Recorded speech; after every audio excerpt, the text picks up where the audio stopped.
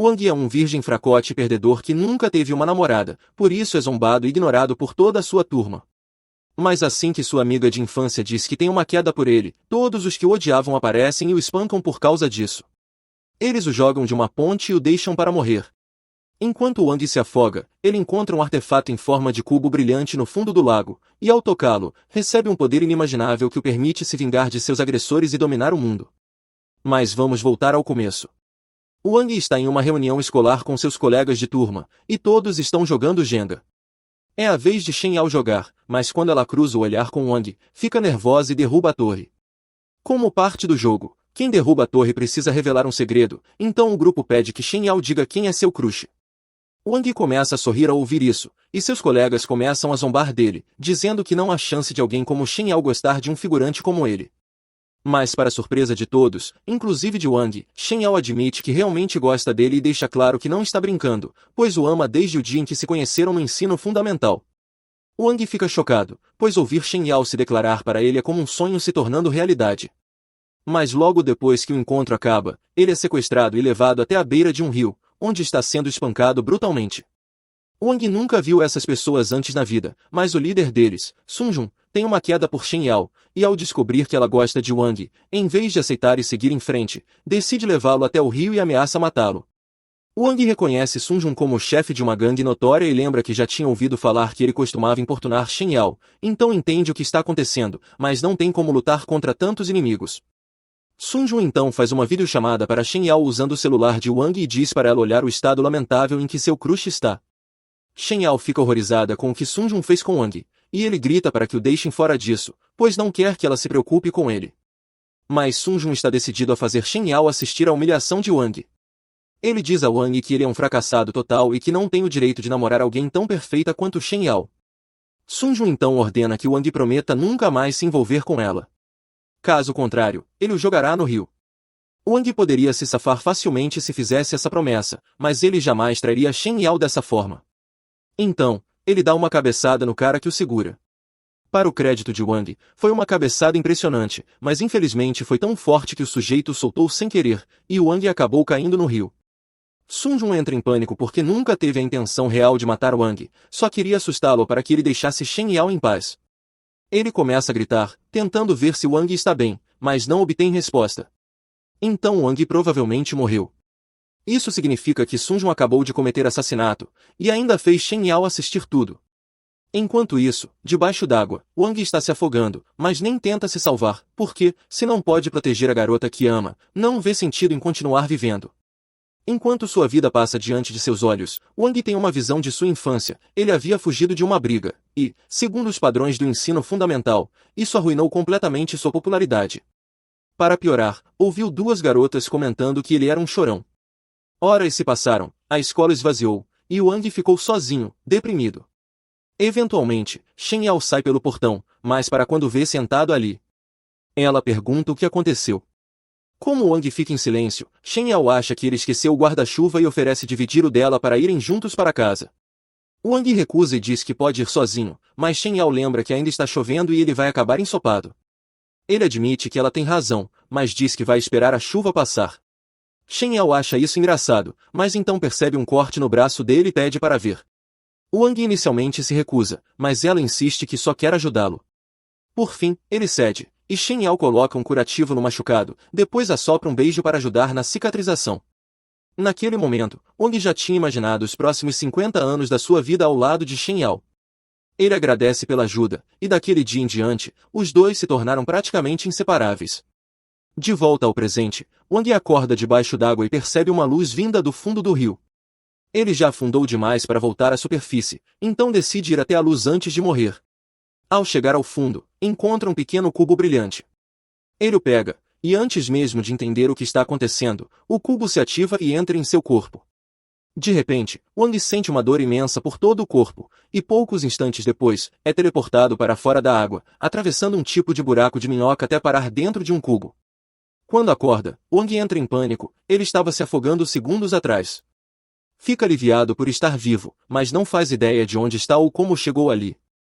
Nesse momento, um sistema aparece diante dele e anuncia que o Wang agora tem o poder de traçar um raio de 15 metros ao seu redor, dentro do qual pode se teletransportar instantaneamente para qualquer lugar.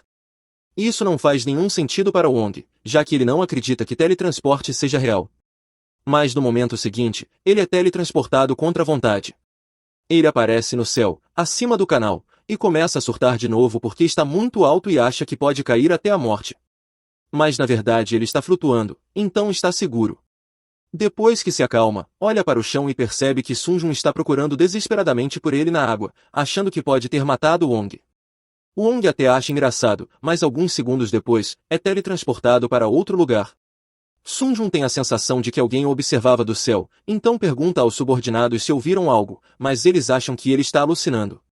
Ele os manda continuar procurando Wong. Enquanto isso, Wong foi teletransportado para uma sala de aula vazia em sua escola. Agora ele tem certeza de que realmente pode se teletransportar, mas não entende como ganhou esse poder de repente. O sistema então fala e diz que Wong ativou sua habilidade de teletransporte continuamente.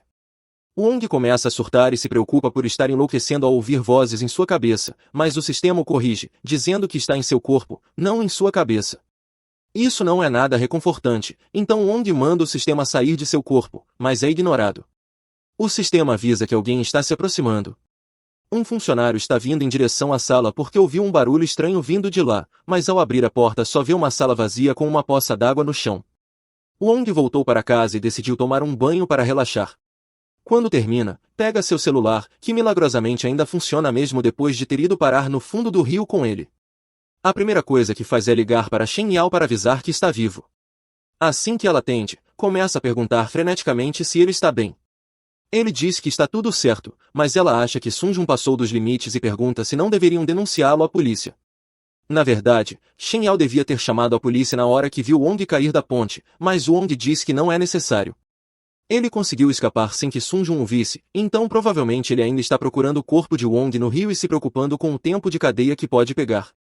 Muita coisa aconteceu naquele dia, então Wong diz para ela descansar e desliga. Ele então se deita na cama e começa a pensar sobre o que fazer com o sistema, já que ninguém acreditaria se ele contasse o que está acontecendo. De repente, o sistema aparece novamente e pergunta se Wong já se acalmou. Wong pergunta por que ele continua seguindo, mas o sistema lembra que agora faz parte de seu corpo, então ele não pode se livrar dele. O sistema então ativa o cubo, e Wong é sugado para dentro mais uma vez. O sistema explica que criou uma conexão com o corpo de Wong, o que significa que eles estão ligados para sempre. Isso faz de Wong o usuário do Sistema Universal do Cubo Heráldico e, por extensão, o mestre do sistema. Wong ainda não entende muito bem, então pergunta onde está. O sistema explica que aquele é um macroespaço dentro do cubo e, mesmo que o cubo tenha só 3 centímetros, ele tem muito mais espaço por dentro. Wong acredita no sistema e pergunta por que ele se deu ao trabalho de ajudar alguém como ele. O sistema responde que quer realizar seu sonho, se tornar o rei do mundo. Wong tenta praticar o teletransporte com o sistema, mas logo fica sem energia e quase cai de um prédio. O sistema diz que suas reservas de energia estão quase esgotadas, então vai limitar o teletransporte para uma vez por minuto. Wong decide fazer uma pausa nos treinos, porque seria péssimo ficar sem energia a 300 metros do chão. O sistema então sugere uma forma mais segura de treinar. Teoricamente, Wong deveria ser capaz de ver tudo dentro de um raio de 15 metros. Ele decide tentar, e com seu novo poder, consegue ver seu quarto, um casal na cama e uma vizinha tomando banho na banheira. Isso parece errado, então Wong para de usar o poder no prédio e tenta escanear o jardim. Mas fica assustado quando um gato faz contato visual com ele. Wong cai de joelhos e o sistema o avisa que, se continuar usando o teletransporte e os sentidos aumentados, vai ficar sem energia. Para um iniciante, Wong até controla bem os poderes, mas seu corpo não está acostumado a queimar tanta energia, então ele acaba desmaiando. Algumas horas depois, Wong acorda na cama e percebe que talvez tenha exagerado no treino da noite anterior. Ele decide que vai ser mais cuidadoso a partir de agora. O sistema o trouxe de volta para o quarto depois que ele desmaiou, pois precisa descansar bastante. Wong então percebe que não consegue mais ouvir a voz do sistema e pergunta o que está acontecendo. O sistema explica que manter o vínculo com o corpo dele consome energia, e que não pode deixar Wong morrer de exaustão, já que isso significaria seu próprio fim também. Isso faz sentido para Wong, mas ele ainda tem dificuldade de acreditar que tem superpoderes agora. Ele tenta procurar informações sobre o cubo na internet, mas infelizmente não existe um indiano com tutorial para isso, então vai ter que descobrir tudo sozinho. Nesse momento, recebe uma mensagem de Yao perguntando se quer almoçar com ela no dia seguinte. Wang fica animado a princípio, mas logo se lembra do que Sun Jun fez e jura que o fará se arrepender, mas não agora, pois ainda fica sem energia rápido demais. Ele pergunta ao sistema se existe alguma forma de aumentar sua força, e o sistema responde que é uma função automática de upgrade integrada. Ao absorver uma gema de energia, Wang pode ficar mais forte. Ele fica empolgado e pergunta que tipo de gemas são necessárias para o aprimoramento. O sistema responde que ele pode usar pedras. Teoricamente, qualquer pedra aleatória pode conter energia dentro de si, mas ele teria mais sorte com pedras como a valiosa charismatita na prateleira ou o anel de diamante de sua mãe. Wang se pergunta se pode mesmo usar pedras tão caras no sistema, mas o sistema o tranquiliza, dizendo que essas nem têm energia suficiente de qualquer forma. No entanto, o sistema localizou uma gema do lado de fora que deveria conter energia suficiente para um bom upgrade. Wang pergunta onde está e o sistema responde que está no Jardim dos Fundos. Sem perder tempo, ele se teleporta com uma pá em mãos. Pergunta onde começar a cavar, mas o sistema o encoraja a tentar encontrar por conta própria, usando sua percepção espacial. Vale a pena tentar. Wang fecha os olhos e começa a escanear a área. Eventualmente, localiza algo perto de uma árvore, caminha até lá e começa a cavar. Ele acha difícil acreditar que aquela rocha realmente contenha poder, já que parece apenas uma pedrinha laranja comum, mas o sistema garante que ela pode ser usada para o upgrade. Wang pergunta o que fazer em seguida e o sistema diz para colocar a gema em seu cubo interno. Wang entra no espaço do cubo e encosta a pedra na parede, e poucos segundos depois, ela é absorvida. Ele se surpreende ao ver que funcionou de verdade e já começa a sentir o poder fluindo em seu corpo. O sistema explica que o poder da pedra aumentou sua força em 2 pontos e sua resistência em 1. Se ele continuar absorvendo pedras de energia, poderá melhorar muito sua capacidade de combate. Na manhã seguinte, o alarme de Wang toca. Ele sai da cama ainda sonolento, pois passou a noite toda caçando pedras de energia. De repente, se lembra de que precisa ir para a escola, então se apressa para se arrumar e corre para a aula. Poucos minutos depois de chegar, Yao começa a pedir explicações sobre tudo o que aconteceu na noite anterior, mas percebe que todos na sala estão olhando para ela, ainda lembrando de quando ela admitiu gostar de Wang. Eles começam a zombar dela por isso.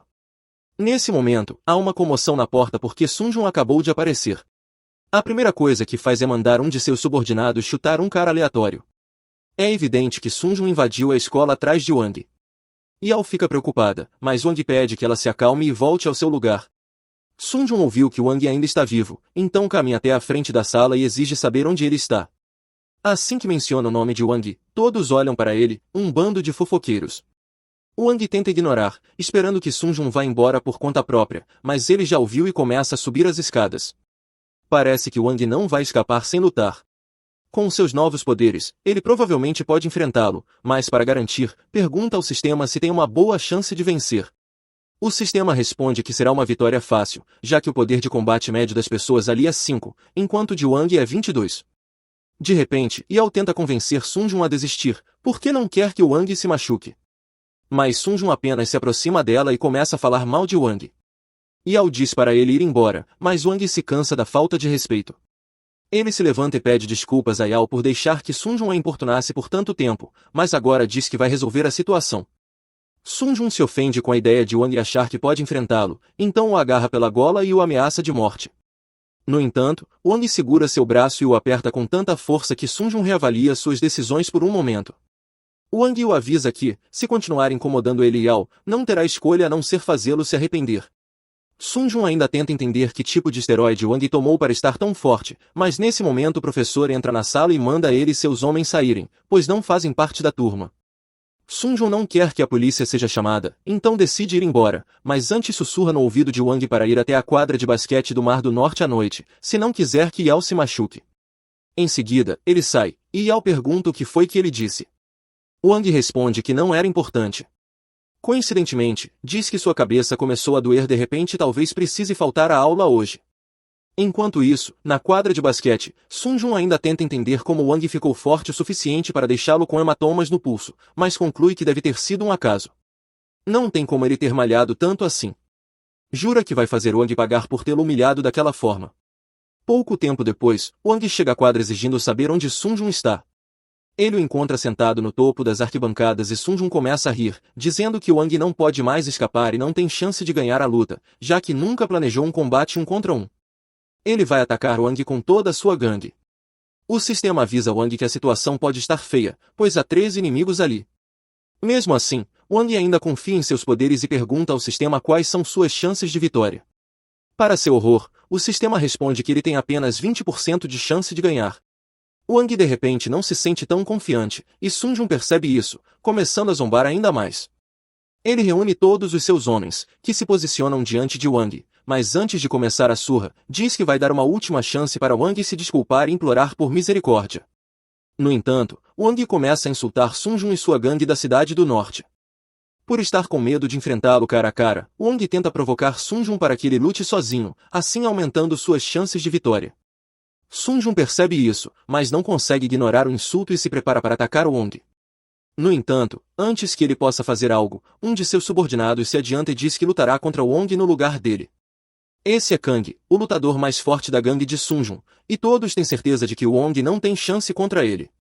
Até o próprio Wang fica inseguro e pede ao sistema que analise o poder de combate de Kang. Para sua surpresa, é apenas 10, então, em teoria, ele não deveria ser difícil de derrotar.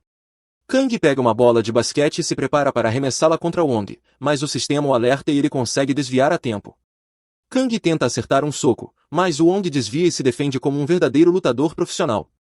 Enquanto isso, na sala de aula, Yao está preocupada com Wang, pois ele estava agindo de forma suspeita mais cedo e agora não atende o telefone.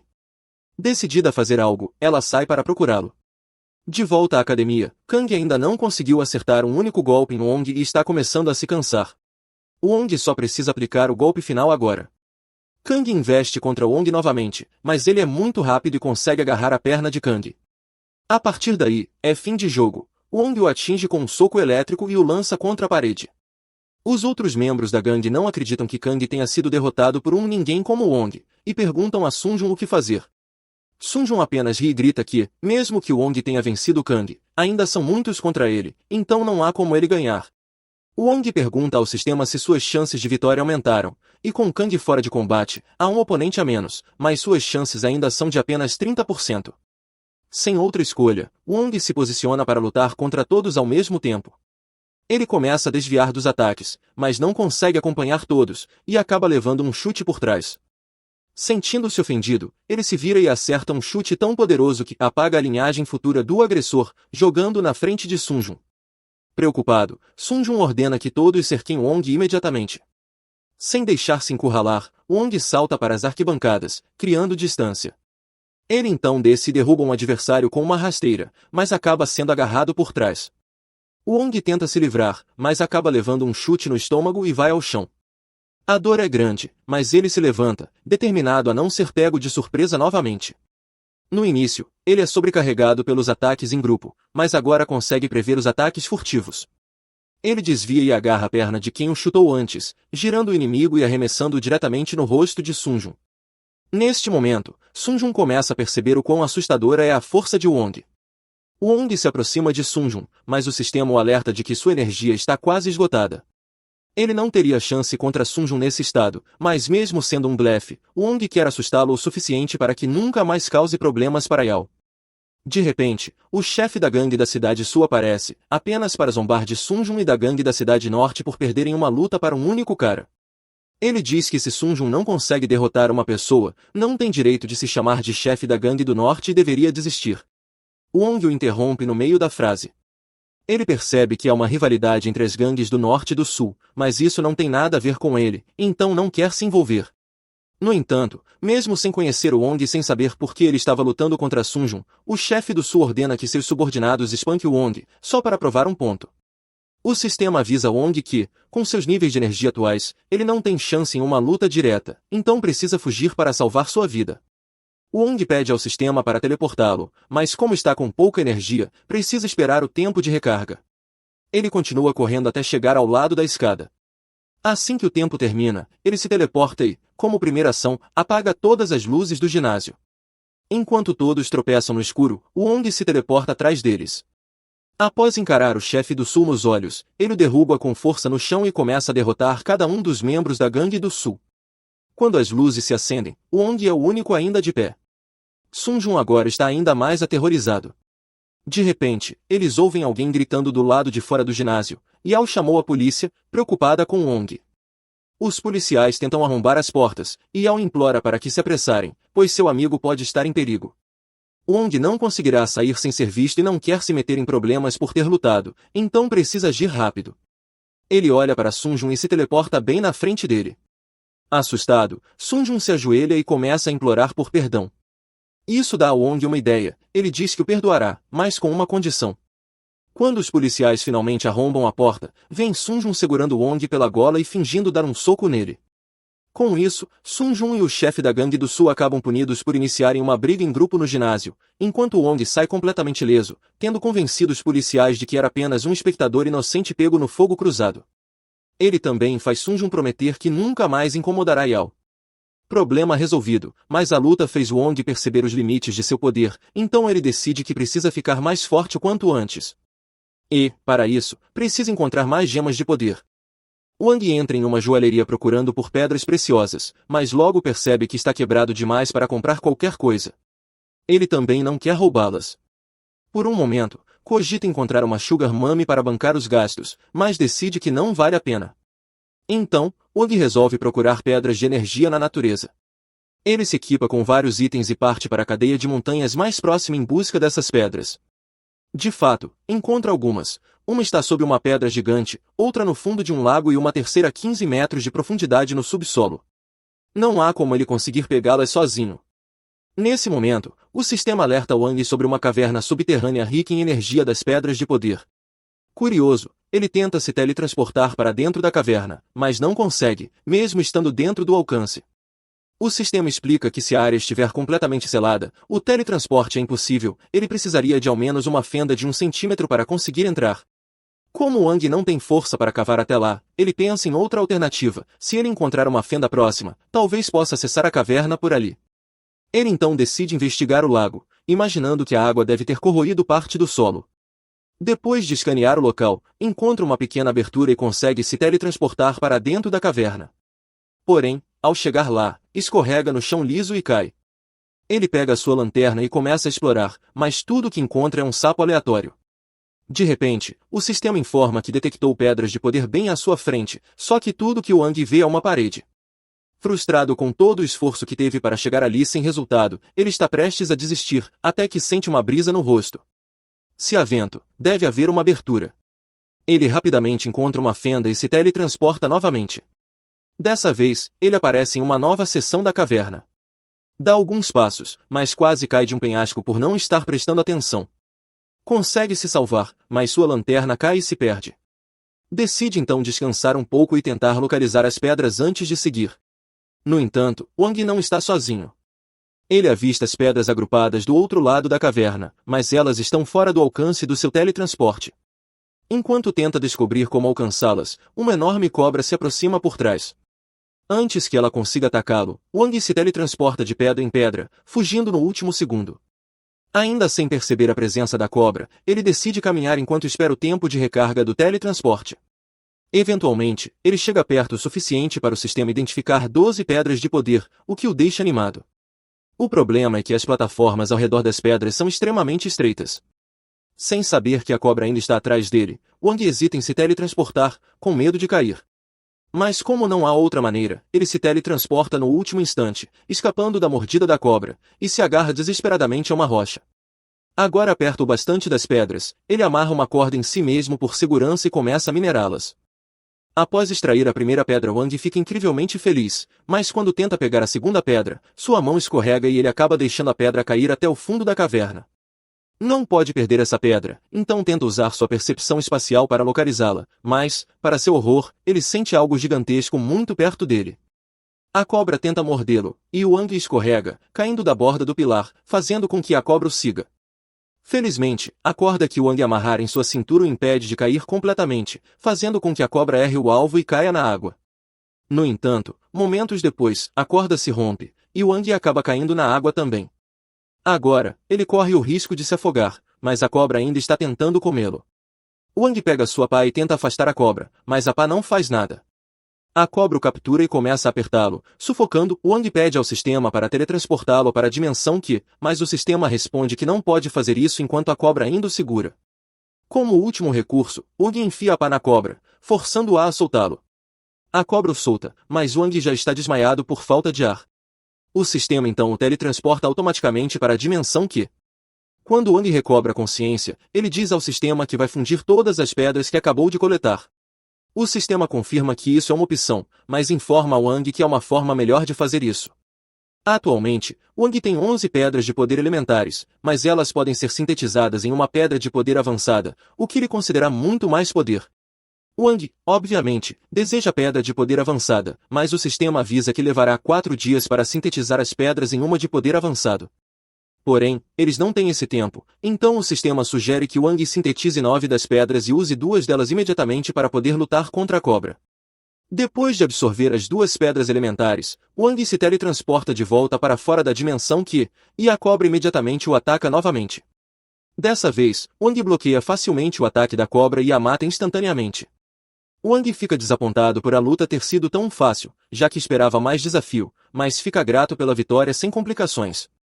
Ele entra na água para dar uma olhada no cadáver da cobra, mas, para sua surpresa, encontra mais uma pedra de poder lá dentro, e essa parece especialmente bonita. Wang então tem uma boa ideia sobre o que fazer com ela. Enquanto isso, Sun Jun e Yuan se encontram em um clube, e Yuan parece determinado a se vingar de Wang. Wang quer acertar as contas com ele, mas Sun Jun acha que não vale a pena, já que mesmo unindo a força de suas gangues, eles não conseguiriam derrotá-lo. Wang ainda acabaria com todos eles. Mas Yuan tem um plano. Ele conta a Sun Jun que Lu está de volta à cidade, e assim que Sun Jun ouve esse nome, ele entra em pânico. Ele grita com Yuan, dizendo que seria uma sentença de morte até considerar pedir ajuda a Lu, mas Yuan não é burro a ponto de tentar isso diretamente.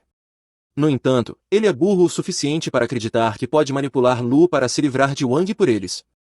Yuan lembra a Sun Jun que o motivo de Lu ter saído da cidade 2 anos atrás foi por ter brigado com alguém mais forte que ele, um homem chamado Shikutsin. Sun Jun não sabe muito sobre Shiku, mas lembra que ele tinha alguma ligação com Shen Yao. Shen Yao estava estudando na biblioteca quando seu telefone tocou. Assim que atendeu, um homem do outro lado da linha alertou que alguém estava vindo atrás dela. De repente, Shen Yao é cercada por 4 homens de terno que definitivamente não estão ali para entregar doces. Ela se levanta e corre para a porta, mas um agente bloqueia o caminho, então ela é forçada a correr pelo corredor. Ela encontra um armário, entra e tranca a porta, tentando escapar, mas agora está encurralada. Os agentes começam a tentar arrombar a porta, e Shen Yao está apavorada. Mas, quando tudo parece perdido, o homem que ligou para ela pede que ela olhe para trás. Atrás dela, uma massa de energia amarela flutua, e uma mão se estende para agarrá-la. Shen Yao fecha os olhos, esperando pelo pior. Quando os agentes arrombam a porta, Shen Yao já desapareceu. Ela foi levada por Shiku, que também foi quem a avisou. Ele agora tenta levá-la para bem longe dos agentes, usando todos os movimentos de Parker possíveis. Porém, os agentes têm uma arma secreta contra os poderes de Shiku, uma arma de fogo. Ele é atingido no ar, e embora esteja quase ileso, agora não consegue mais fugir facilmente. Então, ele coloca Shen Yao no chão e cria uma barreira para protegê-la enquanto se prepara para lutar. Ele salta de um penhasco e, ao aterrissar, acerta um dos agentes com um soco tão forte que provavelmente fez o cara sentir o gosto do som. Outro agente corre para atacá-lo, mas Shiku joga longe, ao mesmo tempo em que enfrenta mais 2. Eventualmente, um dos agentes consegue agarrar Shiku e o leva para o ar.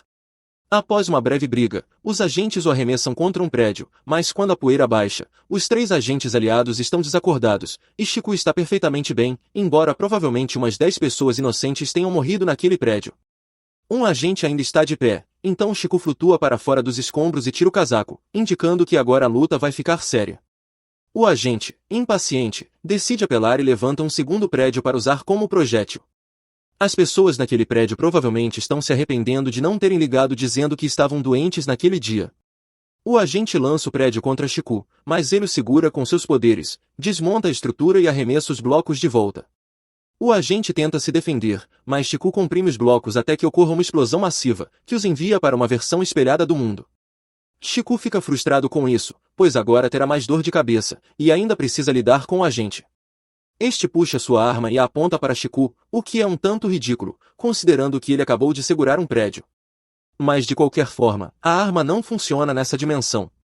Além disso, Chico está sem tempo. A energia amarela começa a envolvê-lo, empurrando o agente para trás e jogando na água. O tempo então começa a voltar, e Chico espera que tudo possa acontecer de forma diferente no próximo ciclo.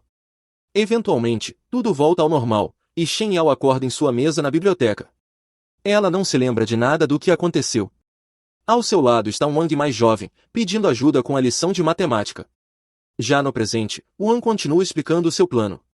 Luo tem uma rivalidade séria com Chiku, então, se jogarem suas cartas corretamente, poderão forçar Wang a lutar contra Luo usando Yao como isca. No dia seguinte, Wang tem um encontro marcado com Yao, mas ela se atrasa. Quando ele tenta ligar, ela não atende. Isso o incomoda, pois Yao nunca ignora suas ligações, mas ele pensa que talvez ela esteja ocupada, então decide esperar mais um pouco. No entanto, ele ouve alguém falando sobre um incidente no complexo de apartamentos onde Yao mora. Wang sente algo errado e corre até o local, onde encontra várias viaturas da polícia e a mãe de Yao chorando. Yao foi sequestrada. A polícia afirma que vai investigar, mas Wang não pretende esperar por isso. Ele quer descobrir quem está por trás do sequestro. Nesse momento, Wang vê Sun Jun andando pela multidão e logo percebe que ele deve estar envolvido. Pouco tempo depois, Wang encurrala Sun Jun em um beco escuro e exige uma explicação. Sun Jun, a princípio, tenta se fazer de desentendido que não sabe de nada, mas então Wang dá um soco na parede e avisa Sun Jun que o mesmo vai acontecer com a cabeça dele se não começar a falar logo. Sun Jun imediatamente começa a dedurar tudo e conta a Wang todo o plano que Wan elaborou. Enquanto isso, Wan se arrepende amargamente de ter tido a brilhante ideia de seguir com esse plano estúpido. Lu já percebeu que Wan estava tentando usá-lo e detesta ser manipulado, mas ele também odeia Chiku. Então, se o plano de Wan vai atrair Chiku, ele está disposto a colaborar, mas isso não significa que ele tenha perdoado Wan. Por isso, Lu está basicamente usando a boca de Wan como bola de golfe.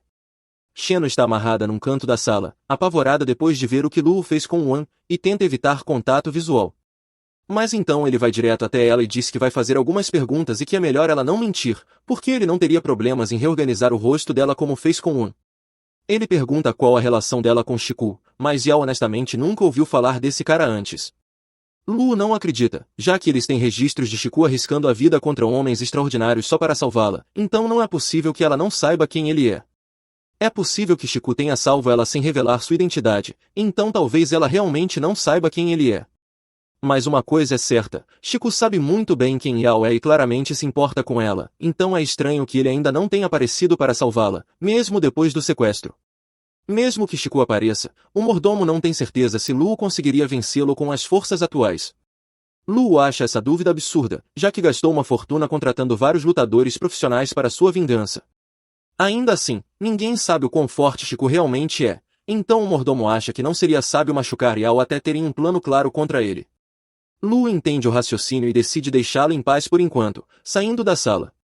Enquanto isso, Sun Jun termina de explicar como Wan convenceu Lu a sequestrar Yao por causa de sua ligação com Chiku. Wang não entende nada disso e pergunta quem é esse tal de Chiku e por que Lu acredita que pode atraí-lo usando Yao. Sun Jun lembra Wang do incidente de alguns anos atrás, quando Shen Yao quase foi sequestrada. A história pública é que um bom samaritano a salvou, mas na verdade foi Chiku. Desde então, muita gente tentou encontrá-lo, mas ninguém conseguiu, pois ele nunca deixa rastros, exceto uma vez, quando apareceu e quebrou 2 dedos de Lu. Desde esse dia, Lu está obcecado em encontrar Chiku para se vingar. Wan decidiu usar isso a seu favor e deu informações a Lu para que ele sequestrasse Yao. Para deixar claro, Sun Jun sempre foi contra esse plano e não teve nada a ver com ele. Wang já ouviu o suficiente e está pronto para salvar Yao. Como Sun Jun não esteve envolvido, Wang decide deixá-lo ir. Ele chega ao canteiro de obras onde Yao está presa, mas ao se aproximar, o sistema o alerta que há 7 artistas marciais poderosos ali.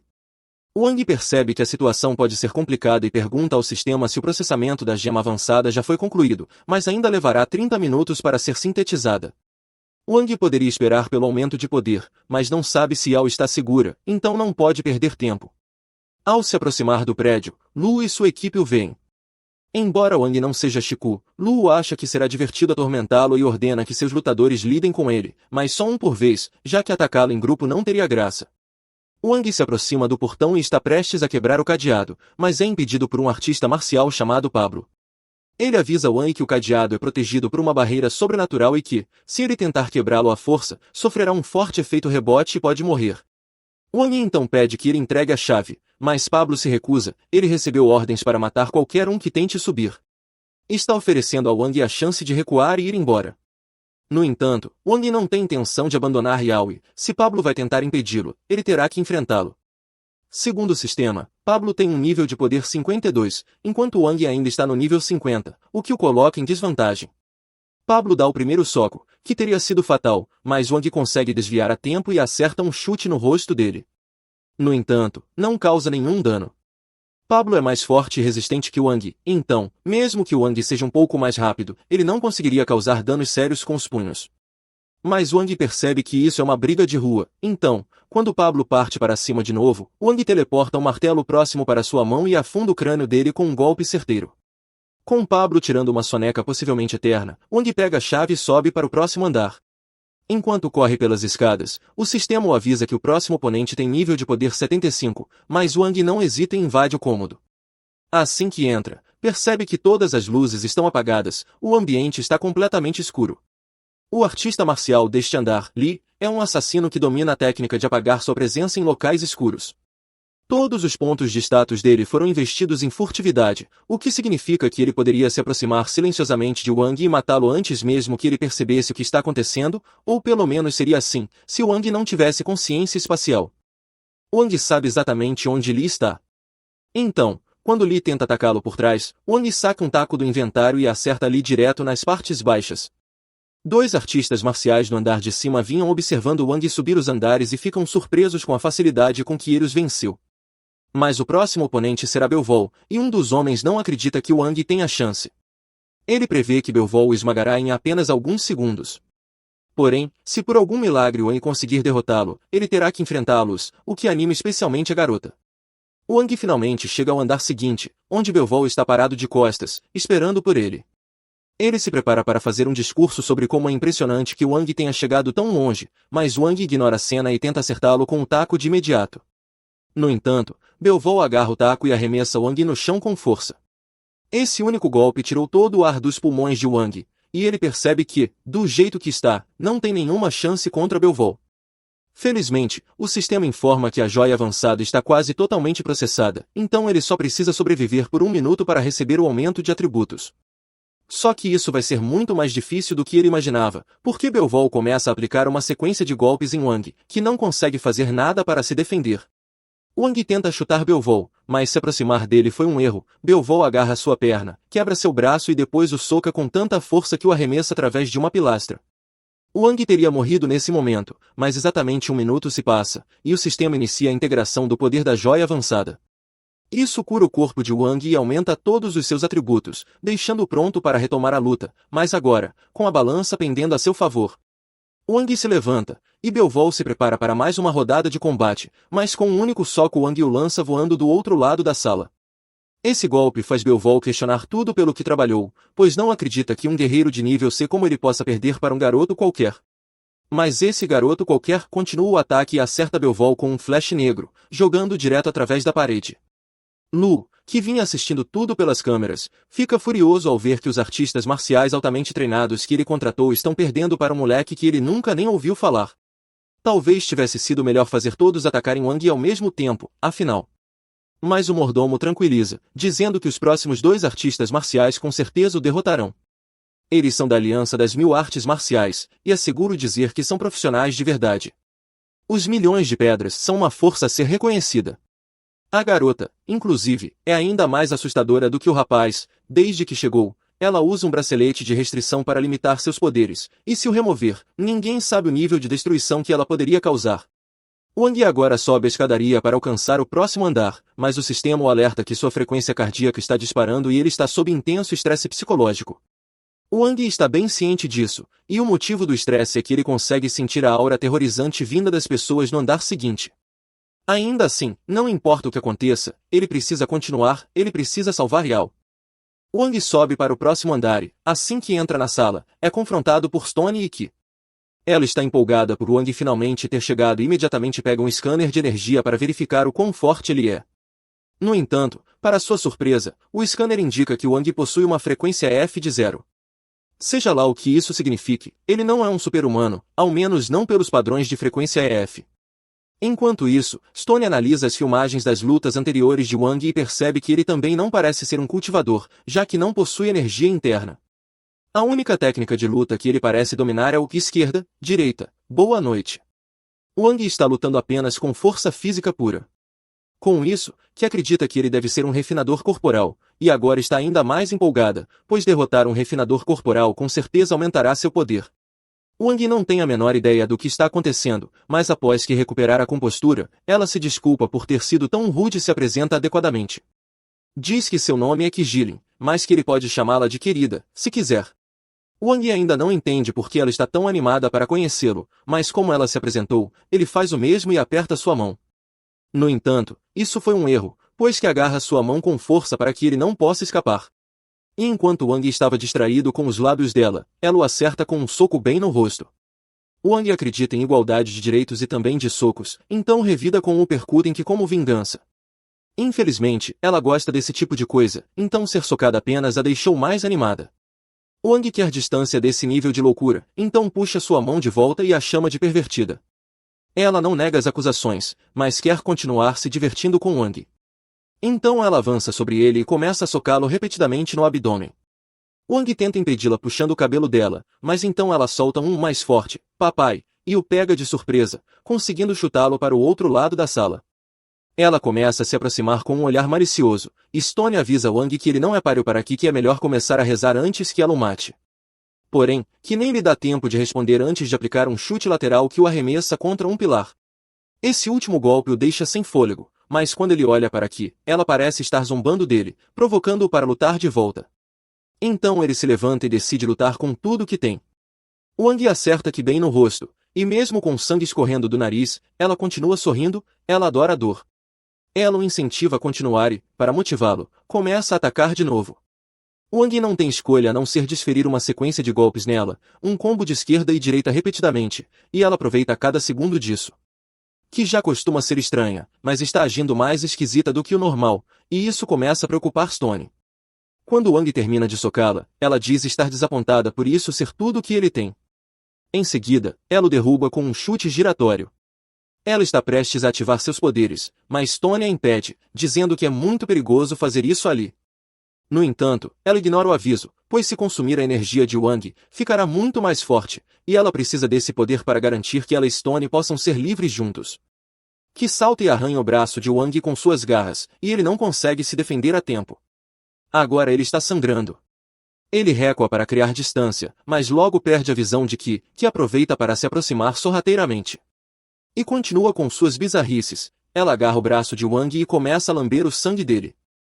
Wang a afasta com um golpe, decidido a não deixar que ela o lamba novamente. Então ele puxa um bastão de seu inventário e, desesperado, tenta usá-lo para mantê-la afastada. Ela é forte demais para ele, então acaba sendo arremessado contra a parede. Que supera Wang tanto em velocidade quanto em força, então ele realmente precisa se concentrar se quiser sobreviver. Quando que investe contra ele novamente, Wang mal consegue desviar enquanto ela tenta cortar sua garganta, mas parece que ele teve sorte de escapar do último ataque. Quando tenta contra-atacar, ela desaparece e reaparece atrás dele. Ela então envolve braços e pernas em volta de Wang e dá uma enorme mordida no ombro dele. Quando ele finalmente consegue tirá-la de suas costas, que já tomou uma boa quantidade do sangue dele, e é a melhor coisa que ela já provou na vida. A energia que ela absorve do sangue de Wang é tão pura que ela imediatamente sobe de nível. Isso faz com que ela quase perca o controle. No entanto, Stone não pode permitir que isso aconteça, então, antes que ela ataque Wang de novo, ele atira uma agulha de paralisia nela. A agulha derruba Ki, e Wang está basicamente se borrando, porque com certeza teria morrido se Stone não tivesse parado Ki naquele momento. Stone não consegue acreditar que a energia de Wang foi pura o suficiente para fazer Ki perder o controle com apenas um gole, mas precisa agir rápido para garantir que ela se recupere. Ele realiza uma técnica de acupuntura que desfaz parcialmente a transformação bestial de Ki, estabilizando sua condição. Wang não sabe direito o que está acontecendo, mas tem certeza de que não tem chance contra Ki, e se Stone for parecido com ela, também será difícil sobreviver a uma luta contra ele. Porém, Stone parece distraído enquanto cuida de Ki, então Wang tenta aproveitar a oportunidade para pegar um tijolo e dar uma paulada na cabeça de Stone. No entanto, Stone o vê tentando se esgueirar pela sala e usa seus poderes para lançar uma rajada de vento em Wang. Ele é arremessado pelo golpe e nem sequer viu de onde veio. Lutar contra Stone vai ser muito mais difícil do que ele pensava. Stone quer acabar logo com Wang para poder voltar a tratar Ki, então lança uma lâmina de vento contra Wang. Normalmente, ele não teria conseguido desviar, mas o sistema o avisou no último segundo, permitindo que Wang escapasse. Stone está prestes a lançar outro ataque, mas Ki começa a perder o controle novamente, então ele precisa ir ajudá-la.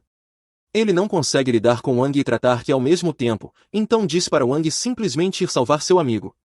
Wang pergunta se isso significa que Stone está desistindo, mas Stone é da Aliança dos Milhões, e os membros da Aliança dos Milhões não têm permissão para desistir. Ele diz que quer propor uma trégua, e Wang sabe que essa é a única chance que tem de sair vivo dali.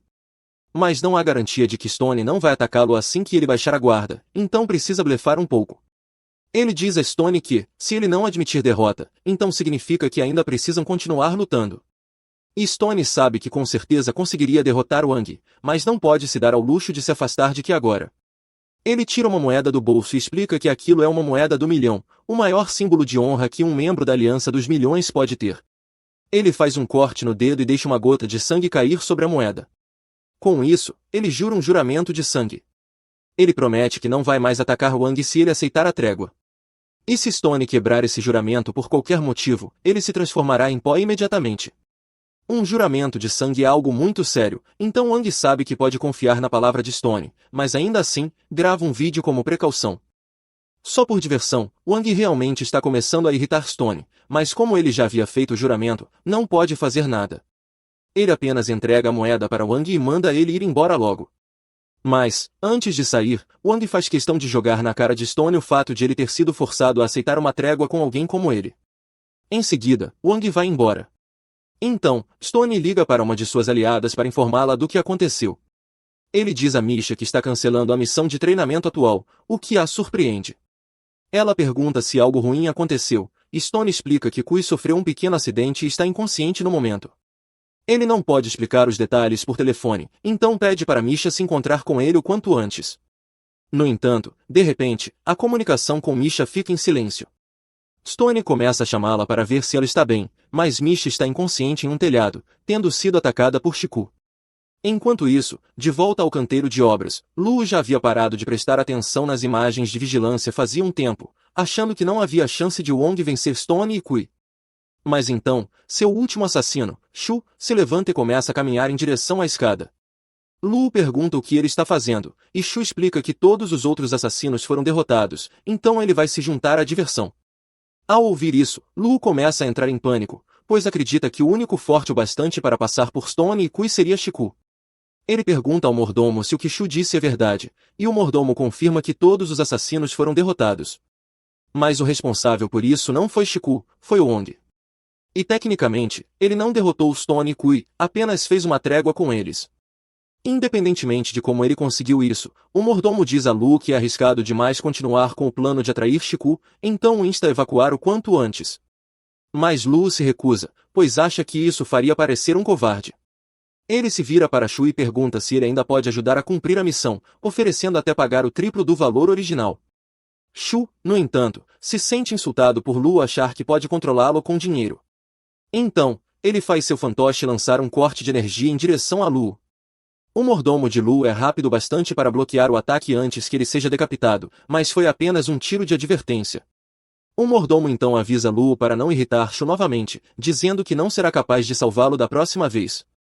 Enquanto isso, Wang continua sua busca por Yao, arrombando portas e subindo aos andares mais altos do prédio para encontrá-la.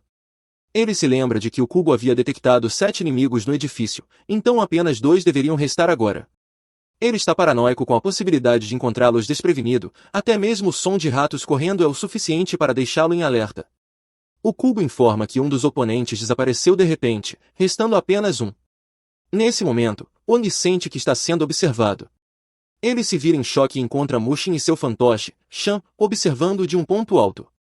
O cubo diz a Wang que o nível de combate combinado dos dois é 7, algo difícil de acreditar, pois Mushin e seu fantoche exalam uma aura sombria. O cubo ainda o alerta que há um dispositivo extremamente avançado dentro do fantoche, mas além disso, não há nada de especial neles. Mushin, no entanto, avisa Wang para não subestimá-lo apenas por parecer fraco.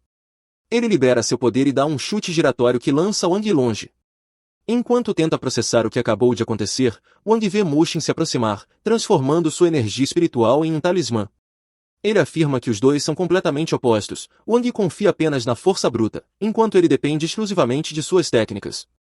Enquanto Mushin se gaba de suas habilidades, Wang encontra garrafas de cerveja vazias por perto e as arremessa nele. Mushin corta as garrafas com um talismã, e Wang aproveita essa brecha para atacá-lo. No entanto, Mushin desvia do ataque e acerta outro chute.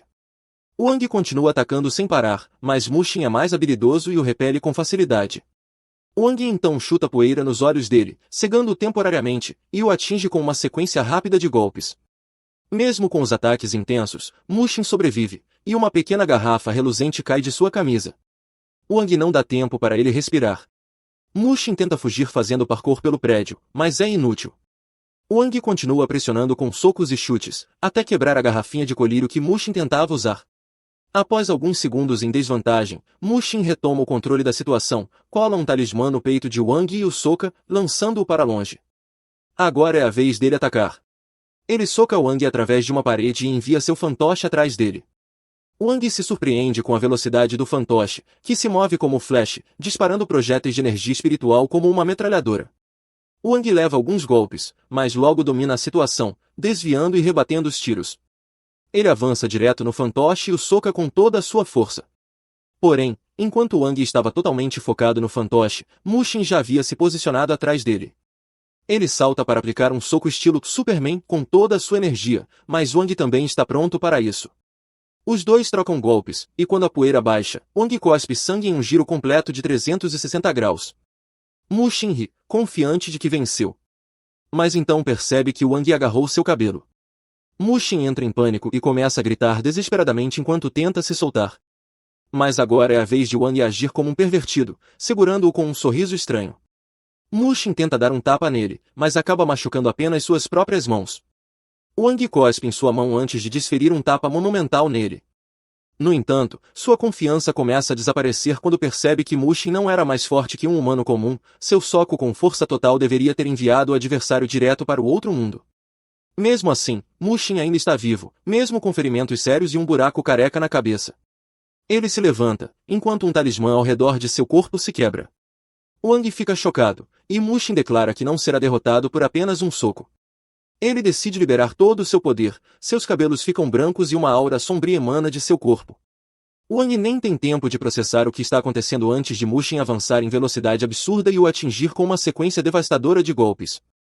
Ele também coloca vários talismãs no corpo de Wang e quase o joga para fora do prédio, pegando seu fantoche e recomeçando os disparos de balas espirituais. Wang consegue desviar de todos os projéteis e agarra o fantoche, mas Mushin o prende com fios espirituais e o gira pelo ar, jogando-o contra a parede com força.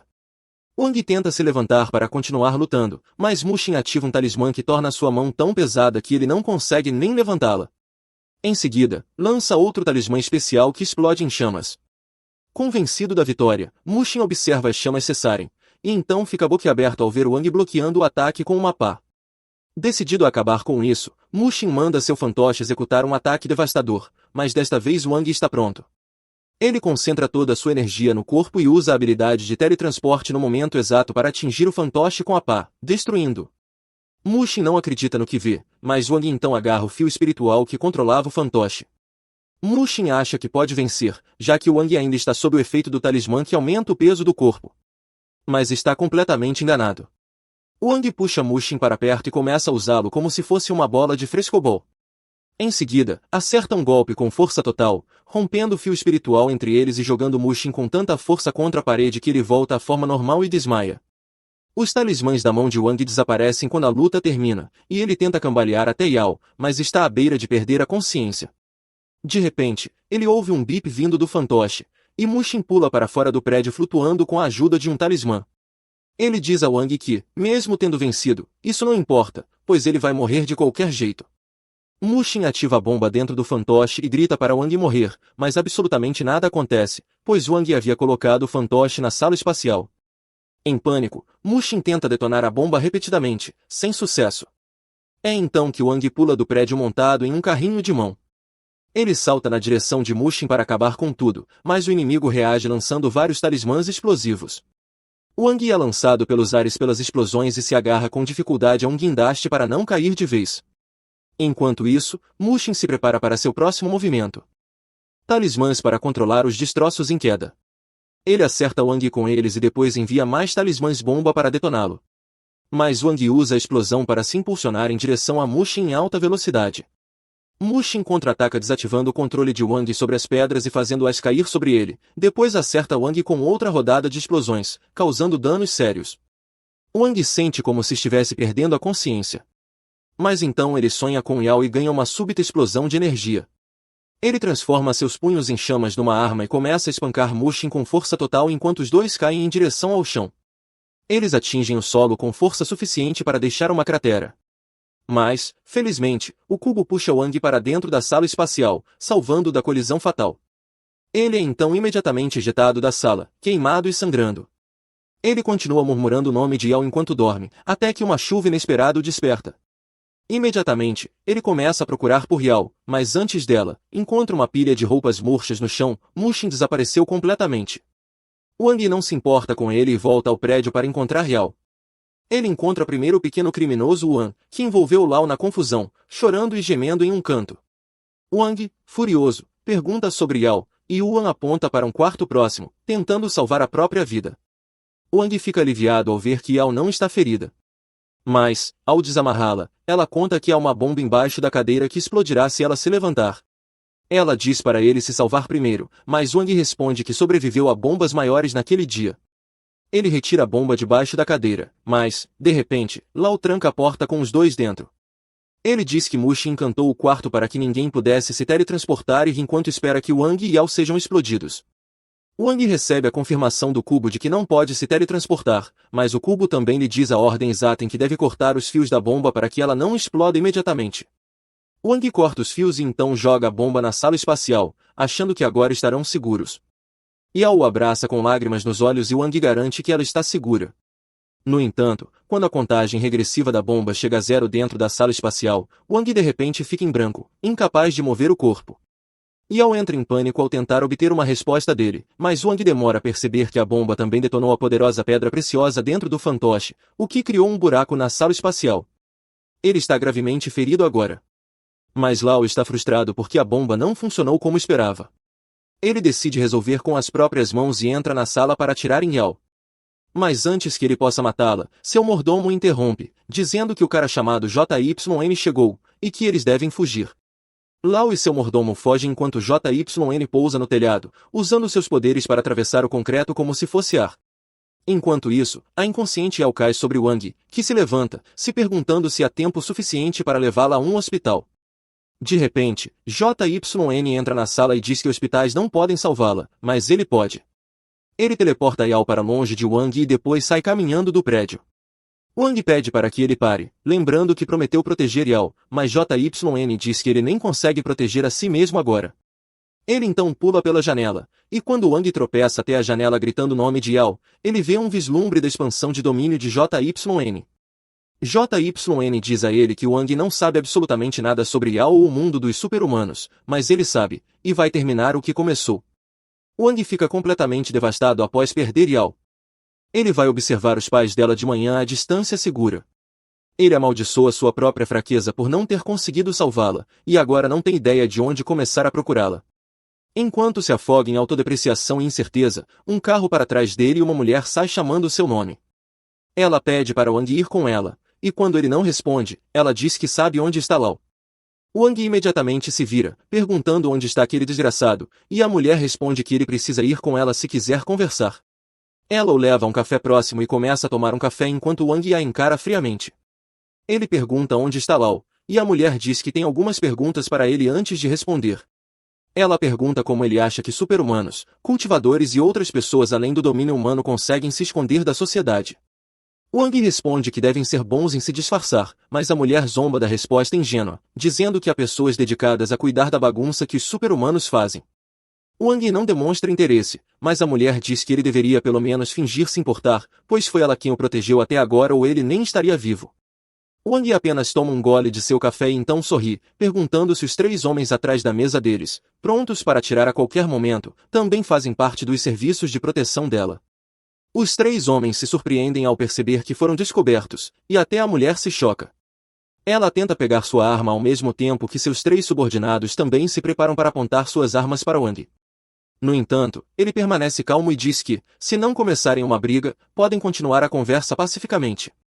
A mulher leva suas palavras a sério e ordena que seus subordinados recuem, enquanto Wang usa seu super sentido para ler o nome e o cargo dela no cartão. Ele descobre que a mulher se chama Mu e trabalha como líder da força-tarefa do Departamento de Gestão de Super-Humanos. Wang diz acreditar que ela o protegeu nas sombras, mas quer saber qual é o propósito disso. Mu responde com confiança que, já que está ajudando, ele deveria retribuir o favor de alguma forma.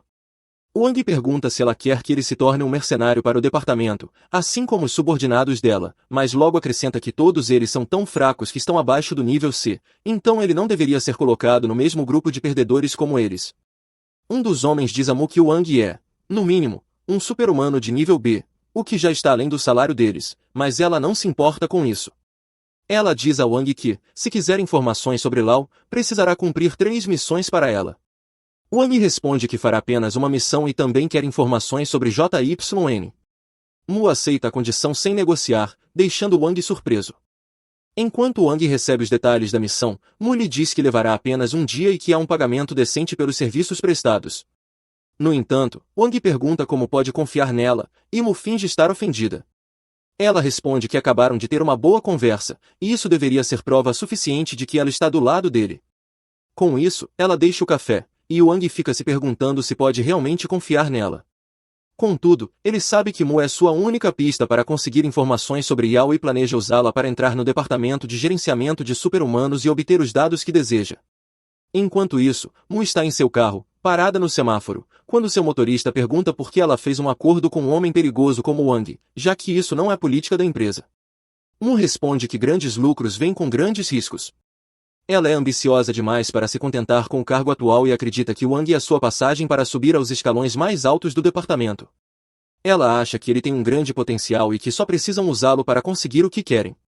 No entanto, ela não sabe que Wang colocou seu cubo sobre o carro dela e está ouvindo tudo o que dizem. Ele nem se aborrece com o fato de Mu tentar manipulá-lo, pois acredita que ela é apenas uma gananciosa fácil de controlar. Enquanto isso, o motorista pergunta se ela realmente pretende contar a localização de Lau para Wang, e Mu responde que só dará informações falsas, pois acredita que ele é burro o suficiente para não perceber que foi enganado. Wang fica furioso ao ouvir isso e decide mostrar a Mu quem é o verdadeiro idiota. No dia seguinte, Wang vai até o local informado por Mu para sua avaliação antes de poder participar de qualquer missão. Ele encontra uma mansão luxuosa no meio da floresta, onde vários outros lutadores também chegaram para serem avaliados. Wang se pergunta qual é o propósito de tudo aquilo, quando um homem pega o microfone e inicia a avaliação. Ele anuncia que todos estão ali para serem selecionados como guarda-costas de um cliente importante. Declara que os guarda-costas precisam ser atentos, responsivos e fortes para cumprirem bem seus deveres. Por isso, eles serão testados com base nesses critérios. Ele abre uma porta que leva todos os participantes a um cassino interno. Cada um recebe 5 fichas e o anfitrião informa que estão livres para jogar qualquer jogo com essas fichas. Para se qualificarem para a próxima fase, precisam juntar 10 fichas, mas lutar ou roubar os outros é proibido. Os participantes decidem jogar cartas, achando que as máquinas estarão viciadas, mas acabam perdendo nos jogos de cartas também. Um sujeito começa a dar uma palestra para Wang do nada, mas ele não está interessado em conselhos não solicitados e vai procurar outro jogo.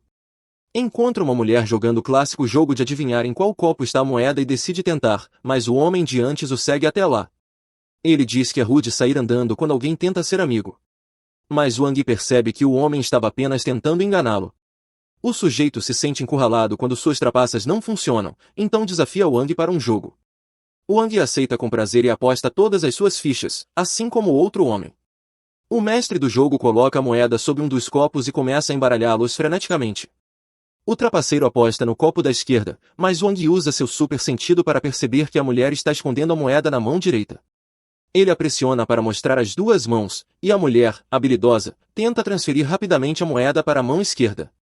Contudo, Wang insiste que ela revele ambas as mãos, e a mulher admite que ele estava certo desde o início, afirmando que ele venceu e dobrou suas fichas. Os outros participantes, porém, não entendem como ele conseguiu. O trapaceiro acha que a mestre do jogo tinha 2 moedas e usou uma delas para simular que havia caído na mesa por um compartimento secreto. Ele começa a examinar a mesa em busca de alguma armadilha, mas a mulher diz que a mesa não tem truques e que ela só tinha uma moeda o tempo todo. Ela afirma que ele perdeu suas fichas. Enquanto Wang se afasta vitorioso com sua recompensa, o trapaceiro fica furioso. Após algumas horas e mais rodadas de testes, apenas 5 participantes são selecionados para a missão. E, como era de se esperar, Wang está entre eles. Depois que todos os seguranças se acomodam em seus assentos, o gerente os parabeniza por terem passado no teste e chama o cliente. O Sr. Paio, um sujeito gordo com dentes de coelho, entra na sala com confiança. Ele diz a todos que deveriam se sentir honrados por terem conquistado a chance de serem seus seguranças na festa daquela noite. Paio os instrui a fazerem bem o trabalho, pois se ficar impressionado com o desempenho deles, aumentará a recompensa. Em seguida, ordena ao gerente que cuide do resto e sai lentamente da sala. O gerente informa que Paio já transferiu antecipadamente 3 milhões de yuans para a conta bancária deles e que o restante do pagamento será feito após a missão ser concluída. Wang pula da cadeira ao ouvir isso e pede ao gerente para confirmar o valor novamente. O gerente repete, 3 milhões de yuans, e diz que o agente Mu já recebeu o dinheiro. Wang percebe que foi enganado de forma absurda, pois Mu disse que ele receberia apenas 50 mil yuans pelo trabalho. Wang xinga Mu por isso, mas o gerente o ignora completamente e diz a todos para se prepararem, pois a festa começa em cerca de 6 horas. Logo após isso, todos os seguranças são levados ao local do evento enquanto os assistentes compartilham informações com eles. A garota que dirige o carro de Wang diz que o objetivo principal do chefe é participar de um leilão que acontecerá na festa e que ele quer adquirir uma máscara antiga. Wang continua lendo o arquivo enquanto ela fala, até que algo chama sua atenção. Ele mostra à mulher uma imagem de um estranho cubo de cristal, e ela explica que se trata da essência de obsidiana, uma das principais atrações do leilão. Esse nome faz Wang se lembrar de quando estava perdendo a consciência durante uma explosão no passado e o cubo sussurrou obsidiana para ele. Ele tem certeza de que aquele cubo de cristal é a obsidiana mencionada. Agora, Wang está mais interessado no leilão do que nunca. De repente, sente uma dor aguda na cabeça, mas diz às assistentes que não é nada. Ele finge continuar lendo o arquivo, pensando que, mesmo tendo sido enganado por Mu, há muitas coisas que ele precisa desesperadamente conseguir nessa festa.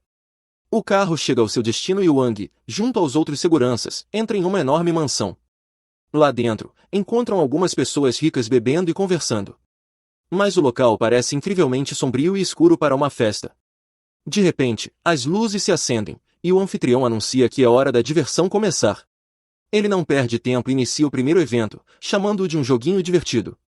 Pressiona um botão e o chão se abre, revelando um crocodilo gigante lá embaixo. Alguns convidados entram em pânico, mas o anfitrião diz que não precisam se preocupar, pois sua segurança é prioridade. Ele se posiciona sobre a abertura e diz que o piso é a prova de balas, mesmo que o crocodilo consiga pular, não os alcançará. Os convidados ficam aliviados, mas um jovem arrogante critica o anfitrião por apressar as coisas e não começar com algo mais simples. O anfitrião responde que essa festa será mais animada que qualquer festa que Didi poderia dar, então não haverá moderação. Em seguida, explica as regras do jogo. Eles devem pegar um sino dourado pendurado no pescoço do crocodilo, usando apenas armas corpo a corpo. Ninguém pode sair da jaula até conseguir o sino. Wang entra em pânico ao ouvir isso e percebe que não está ali como segurança, mas sim como um gladiador para entreter aqueles ricaços. No entanto, o anfitrião oferece uma generosa recompensa, 1 tonelada de barras de ouro para quem vencer o primeiro jogo. Um dos presentes se anima com a recompensa e se voluntária. Armado apenas com uma lança e um escudo, ele caminha silenciosamente até o crocodilo e, no último momento, começa a gritar feito um louco e o ataca. O crocodilo reage instantaneamente, o morde e o devora vivo. Enquanto o homem grita de dor, os ricaços zombam dele por ser tão confiante sendo tão fraco. Mas Wang sabe que o homem não era fraco e sim que havia algo errado com o crocodilo. O anfitrião confirma isso, dizendo que aquele não é um crocodilo comum, mas uma criatura geneticamente modificada em laboratório. Ele se gaba da velocidade e força superiores do animal e aumenta a recompensa para estimular os demais participantes. Ninguém se voluntária dessa vez, mas então o jovem rico ordena que seu segurança vá. O segurança obedece sem hesitar e entra na jaula do crocodilo carregando o máximo de lanças que consegue. Wang suspira, se perguntando por que aquelas pessoas são tão estúpidas e gananciosas a ponto de não perceberem que ninguém pode derrotar o crocodilo. Outro segurança pergunta se ele não leu o contrato antes de assinar, pois dizia claramente que, se ninguém se voluntariasse, alguém seria escolhido aleatoriamente. Wang se desespera ao ouvir isso e diz que é injusto. O homem então pergunta se ele realmente acha que um trabalho seguro pagaria 3 milhões de yuans por apenas um dia. Ouvir isso faz o coração de Wang afundar, pois ele receberá apenas 50 mil yuans. Mas então ele nota alguém parado na sacada. O homem parece incrivelmente forte e hostil sem motivo aparente. Os colegas de Wang pedem para ele parar de encarar, explicando que o sujeito é da comissão Rudra, responsável por manter a ordem em festas como essa.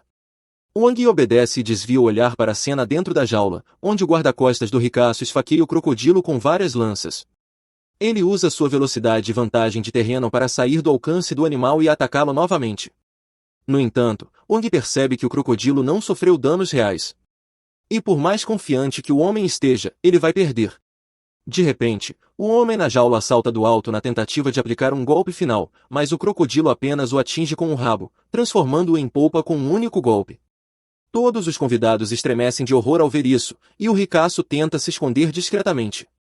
O anfitrião, por outro lado, se diverte com o resultado e aumenta ainda mais a recompensa antes de perguntar se há voluntários. Subitamente, a garota da equipe de Wang sussurra algo no ouvido de Piang, e ele declara que dobrará a recompensa oferecida pelo anfitrião caso alguém derrote o crocodilo. Muitos lutadores se empolgam ao ouvir isso, e um deles pede permissão ao mestre para lutar. O mestre consente, mas então o sujeito com penteado de Jojo da equipe de Wang também se apresenta. Diante de 2 voluntários, o anfitrião anuncia que apenas o último sobrevivente poderá enfrentar o crocodilo. Wang se pergunta o que está acontecendo, e a garota explica que os 2 irão lutar até a morte, e só o vencedor poderá enfrentar o animal. Wang chama isso de jogo idiota, pois mesmo quem vencer não terá forças para enfrentar o crocodilo depois. Mas os outros dizem que ele está subestimando seu colega de equipe, Gold Poison. Os 2 lutadores sobem ao teto de vidro, e o chefe do segundo voluntário promete uma promoção e férias se ele vencer. Ele fica tão feliz que se vira, e nesse instante, Gold Poison morde seu ombro e suga toda a sua força vital, usando-a para aumentar temporariamente sua força. O homem cai ao chão como uma casca seca, e o anfitrião autoriza Gold Poison a enfrentar o crocodilo. Gold Poison caminha confiante até a jaula sem pegar nenhuma arma. O anfitrião pergunta se ele tem certeza de que ficará bem de mãos vazias, e ele responde que, como o crocodilo também está desarmado, não seria justo receber ajuda extra. Ele caminha calmamente até a fera, e os mais atentos percebem que há algo estranho. Wang nota que Gold Poison está esfregando gentilmente os dedos e liberando um fino pó dourado no ar. Ele também não entende o motivo disso e apenas observa enquanto Gold Poison espera que o crocodilo faça o primeiro movimento. A criatura avança com a intenção de matá-lo em um golpe, mas Gold Poison apenas salta sobre ela e se senta em sua cabeça. Em seguida, ele se inclina e beija suavemente a cabeça do crocodilo, deixando todos confusos. O animal também se acalma, mas Gold Poison então salta e, ao mesmo tempo, a cabeça do crocodilo voa pelos ares. Sangue espirra por todo lado e o sino dourado cai aos pés de Gold Poison. Todos ficam em choque, e Wang percebe que Gold Poison é tão rápido quanto lutadores de nível B, além de ter técnicas bastante misteriosas. Enquanto isso, Gold Poison pega o sino e caminha com confiança, entregando-o ao anfitrião, que está decepcionado por o crocodilo ter sido morto tão facilmente, mas o elogia por ser o primeiro campeão da noite. O anfitrião pergunta se ele quer a recompensa agora, mas ele responde que prefere recebê-la secretamente depois, pois quer manter um perfil discreto. Piang está radiante porque um de seus homens venceu o primeiro jogo e ergue um brinde a ele. Os outros ricaços não ficam satisfeitos, e um deles pergunta ao anfitrião se aquilo era o melhor que ele tinha. O anfitrião responde que a diversão está apenas começando e que ainda há mais por vir. Enquanto isso, o cadáver do crocodilo é retirado da jaula e começam os preparativos para trazer uma nova besta. O ricaço comenta que não há nada que veteranos como ele já não tenham visto, mas o anfitrião diz que ele está enganado. Quando a próxima criatura começa a emergir, Wang sente arrepios imediatamente. Ele percebe que há algo perigoso e antinatural, e o anfitrião começa a descrevê-la. Ele declara que sua empresa combinou a natureza selvagem dos felinos com a força dos ursos para criar o Caçador Supremo. A criatura aparece à luz, e o anfitrião a apresenta orgulhosamente como tal, a obra-prima da empresa. Todos começam a entrar em pânico assim que veem o monstro que D acabou de libertar. E D está realmente orgulhoso de sua criação. Ele então explica que a única fraqueza do monstro é que ele é cruel demais. Ele tem a tendência de matar qualquer ser humano por perto, inclusive o pobre homem cuja função era amarrar um sino no pescoço da criatura. Mas não é como se o Duque se importasse com vidas inocentes.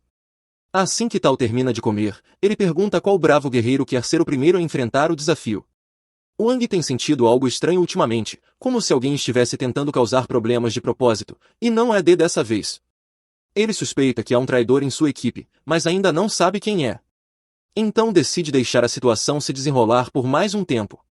D então exibe mais barras de ouro e anuncia que a recompensa por derrotar Tal será o dobro da oferecida pelo jacaré. Pouco depois, um desafiante se apresenta. O desafiante entra na jaula com uma espada e tenta atingir Tal, mas para sua surpresa, a criatura o ignora completamente e salta em direção ao teto.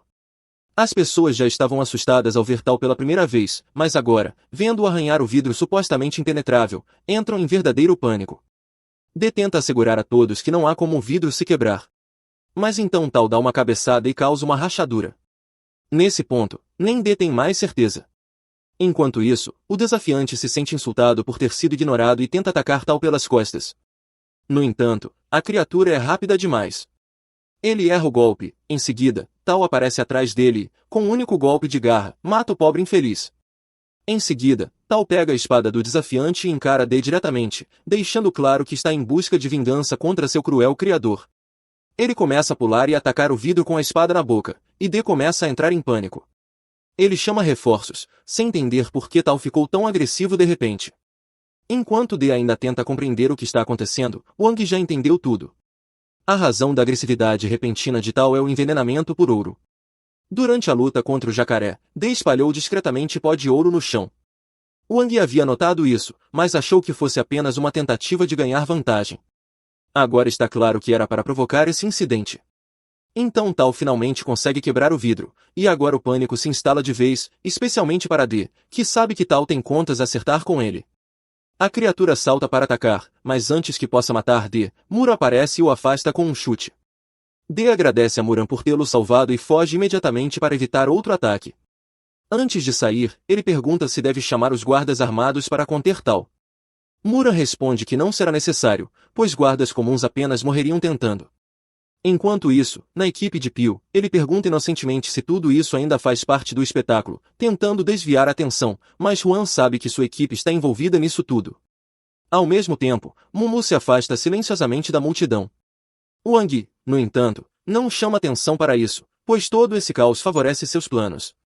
Com a confusão, a segurança ficará relaxada, e ele poderá usar a oportunidade para roubar a obsidiana do cofre do tesouro e escapar. Ele começa a se afastar, mas nesse momento a unidade especial de defesa, os 4 guardiões da ordem, chega ao local. Um deles informa que não há motivo para pânico, pois eles vão conter Tavu. Logo em seguida, outro membro acerta um soco na cabeça da criatura, jogando-a no chão e a deixando inconsciente. Eles resolvem o problema bem mais rápido do que Wang esperava, o que o decepciona. Mas logo percebe que Mumu ainda não voltou, então ela deve estar tramando algo. Enquanto isso, nos corredores da mansão, a equipe de segurança é informada sobre o incidente no salão principal. Mas como os guardiões da ordem resolveram tudo, não há motivo para se preocupar. Nesse momento, as luzes se apagam nos corredores. Os guardas não se preocupam muito e assumem que seja apenas uma falha elétrica. Pouco depois, um dos guardas ouve um barulho atrás de si e vai investigar. Enquanto isso, Mumu nocauteia o parceiro dele. Um segundo depois, ela também o nocauteia.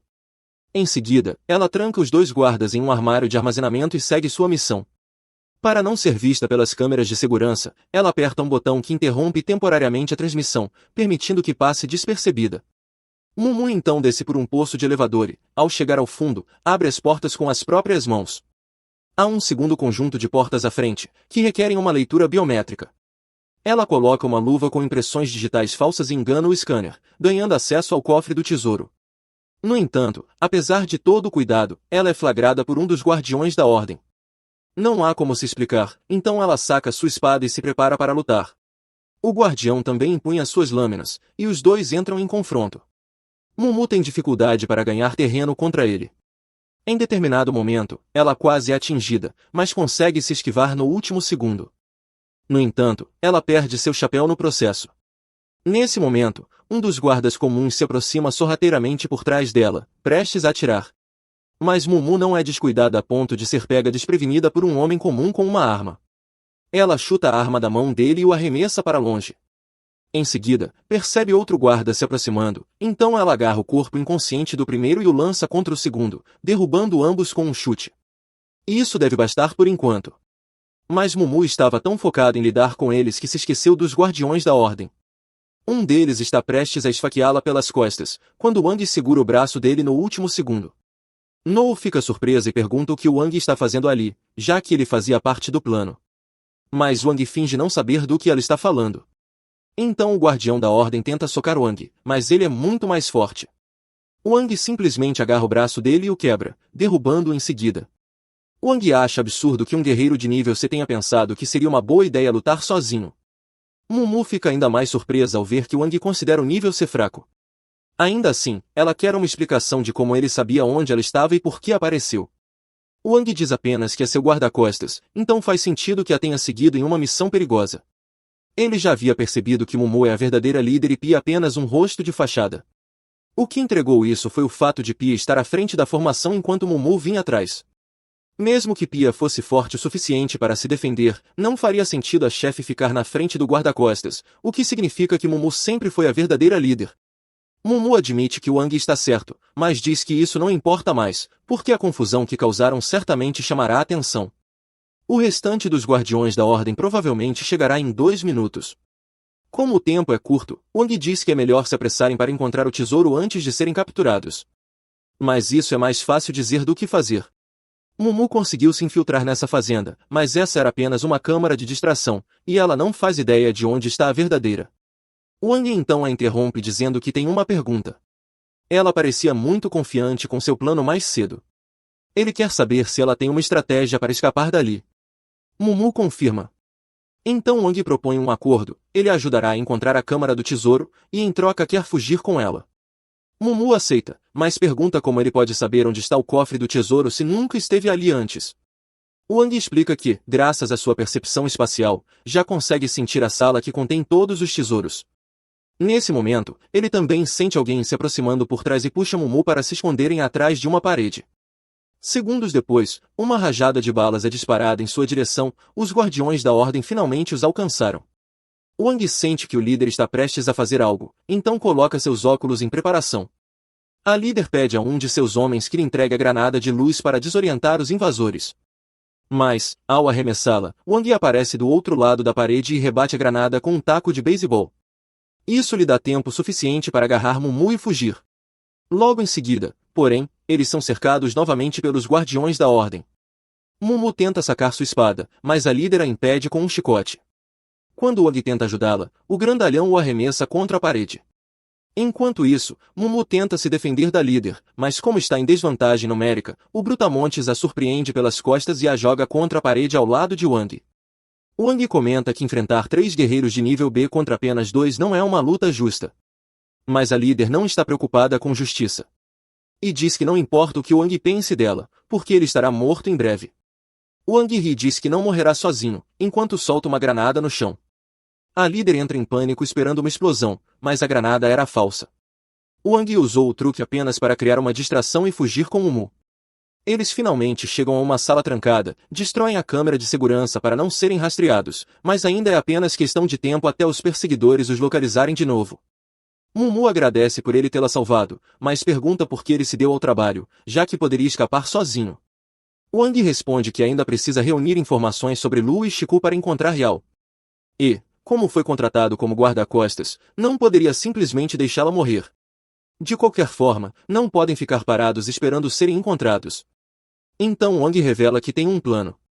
Poucos minutos depois, os guardiões da ordem estão patrulhando os corredores quando Wang aparece diante deles. A líder fica aliviada por não ter que continuar procurando por ele, mas percebe que Mumu não está com ele.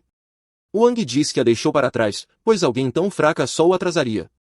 Todos ficam surpresos que ele tenha feito isso, mas não podem deixar uma intrusa escapar. A líder ordena que um dos integrantes vá atrás de Mumu. Isso era exatamente o que Wang queria. Assim que o terceiro guardião sai, Mumu revela que estava escondida no teto o tempo todo. Ela salta e começa a atacar a líder, mas o Brutamontes tenta surpreendê-la por trás. No entanto, agora a luta é justa, 2 contra 2, e Wang consegue proteger Mumu, socando o gigante contra a parede. Mumu então derruba a líder também. Agora que derrotaram os dois, precisam se apressar antes que o terceiro volte. Wang conduz Mumu até a sala do tesouro e abre um buraco na parede para entrarem. Lá dentro, Mumu encontra o pergaminho que veio buscar e o reivindica imediatamente. Wang diz que ela não precisa se preocupar, pois não está interessado em um pergaminho velho empoeirado. O que ele quer é o Obsidian Key, e assim que o encontra, ambos se preparam para sair. Ele pergunta qual é o plano de fuga, e Mumu explica que há um enorme tubo de drenagem no laboratório de biotecnologia do calabouço. Se conseguirem chegar até lá, devem conseguir sair rastejando. Parece simples, mas por alguma razão Wang tem um mau pressentimento. Ao mesmo tempo, os guardiões da ordem recobram a consciência e se levantam. O mestre deles se aproxima e pergunta o que aconteceu. Ao ver o estado deles, percebe que foram derrotados. Sem perder tempo, lhes entrega pílulas para que possam capturar os invasores.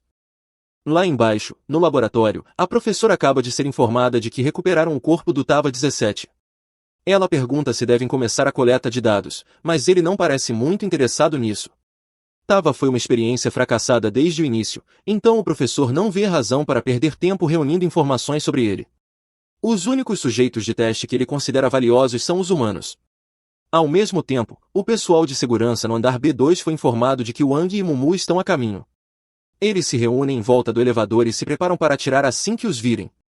Enquanto isso, Wang pergunta a Mumu por que estão indo para o andar B2 em vez de descerem direto ao último andar. Mas ela diz que há algo que precisa fazer antes de escaparem. Ela diz a Wang que ele está livre para ir embora sem ela, se quiser, mas Wang é seu guarda-costas, então ele não pode simplesmente deixá-la sozinha ali. Quando se aproximam do B2, Mumu puxa um controle remoto e o usa para interromper o sinal das câmeras de vigilância no elevador, para que os guardas não saibam o que esperar. Ela está bem ciente de que deve haver cerca de uma dúzia de guardas prontos para abrir fogo assim que a porta se abrir, mas está preparada para lidar com isso. Então, ela saca sua espada e avança. No andar superior, os mantenedores da ordem já estão de pé novamente e ligam para os soldados do B2 para saber como está a situação com Wang e Mumu. Mas Mumu já derrotou todos os guardas. Eles não têm muito tempo, então ela diz a Wang para prestar atenção e mostra a ele um mapa do andar. Eles devem seguir para o leste até chegarem a um elevador, que os levará até os esgotos. Wang acha que parece simples, mas Mumu alerta de que esse andar é muito perigoso e que é apenas uma questão de tempo até que os guardas os alcancem. No entanto, Wang não parece muito preocupado e simplesmente começa a andar.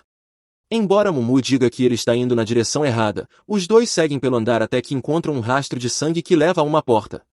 Wang começa a ficar um pouco preocupado, mas Mumu apenas coloca sua luva biométrica e destranca a porta para que possam entrar.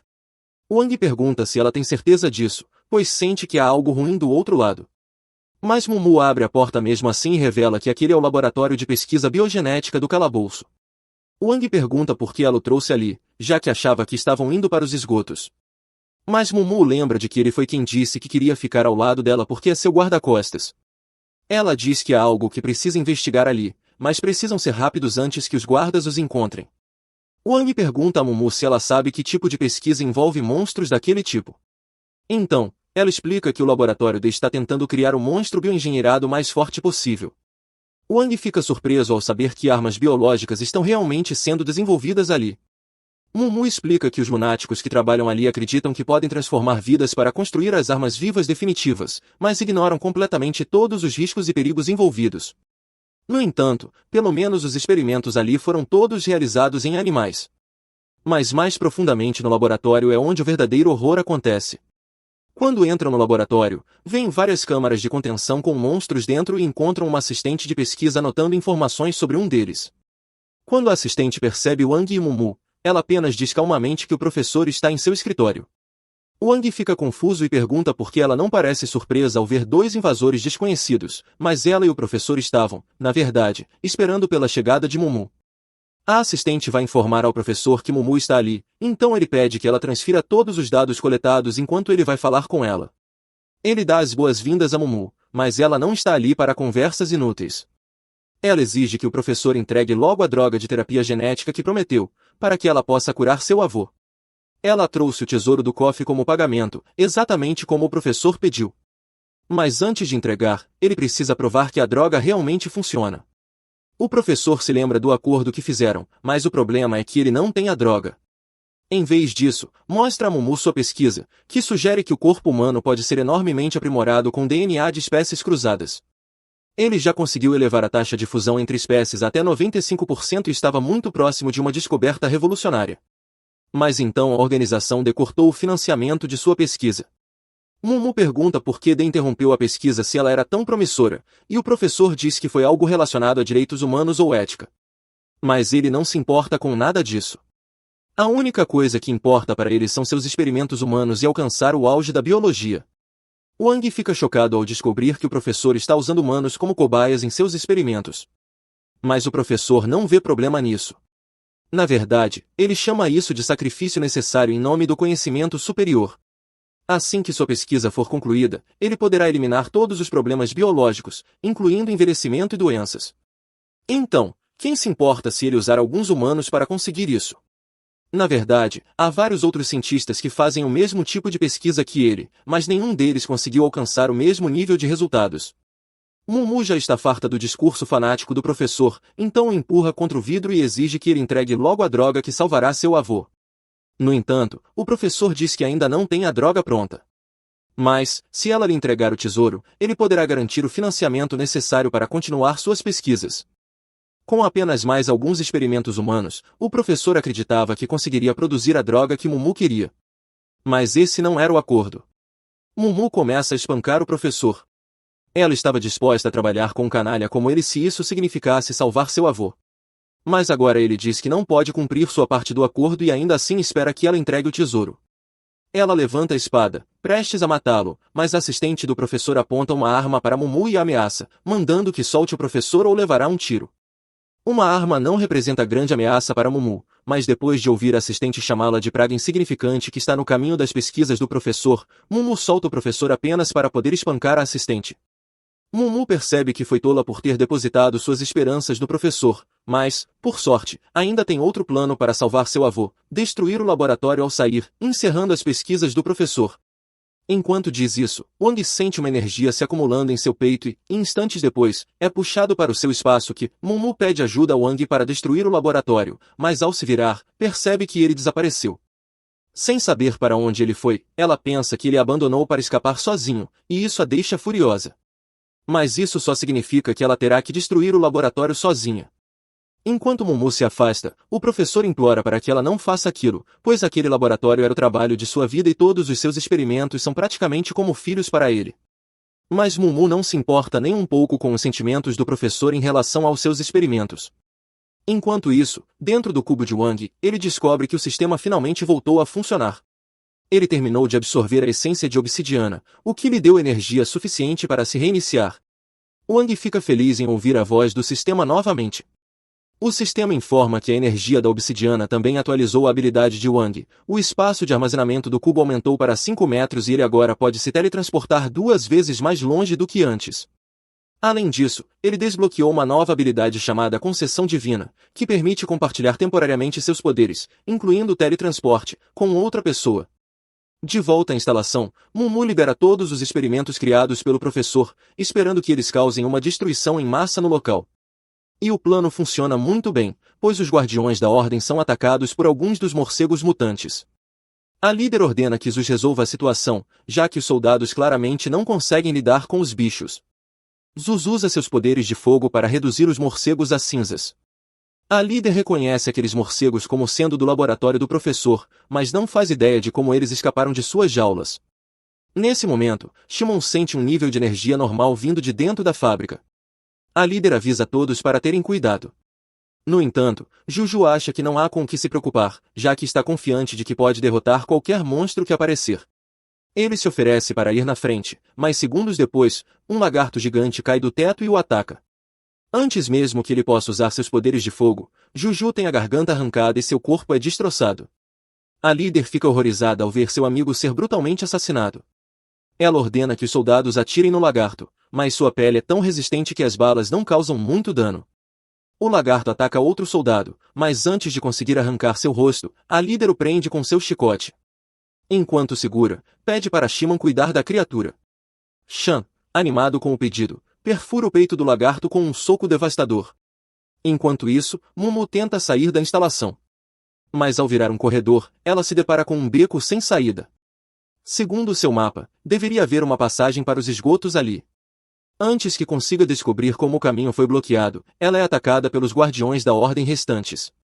Ela consegue aparar o golpe, mas sem Wang, Mumu está em séria desvantagem. A líder pergunta se ela tem alguma última palavra antes de morrer, mas Mumu apenas se cala e prepara sua espada. A líder ataca primeiro, e Mumu faz o possível para contra-atacar, mas eventualmente é presa pelo chicote da líder.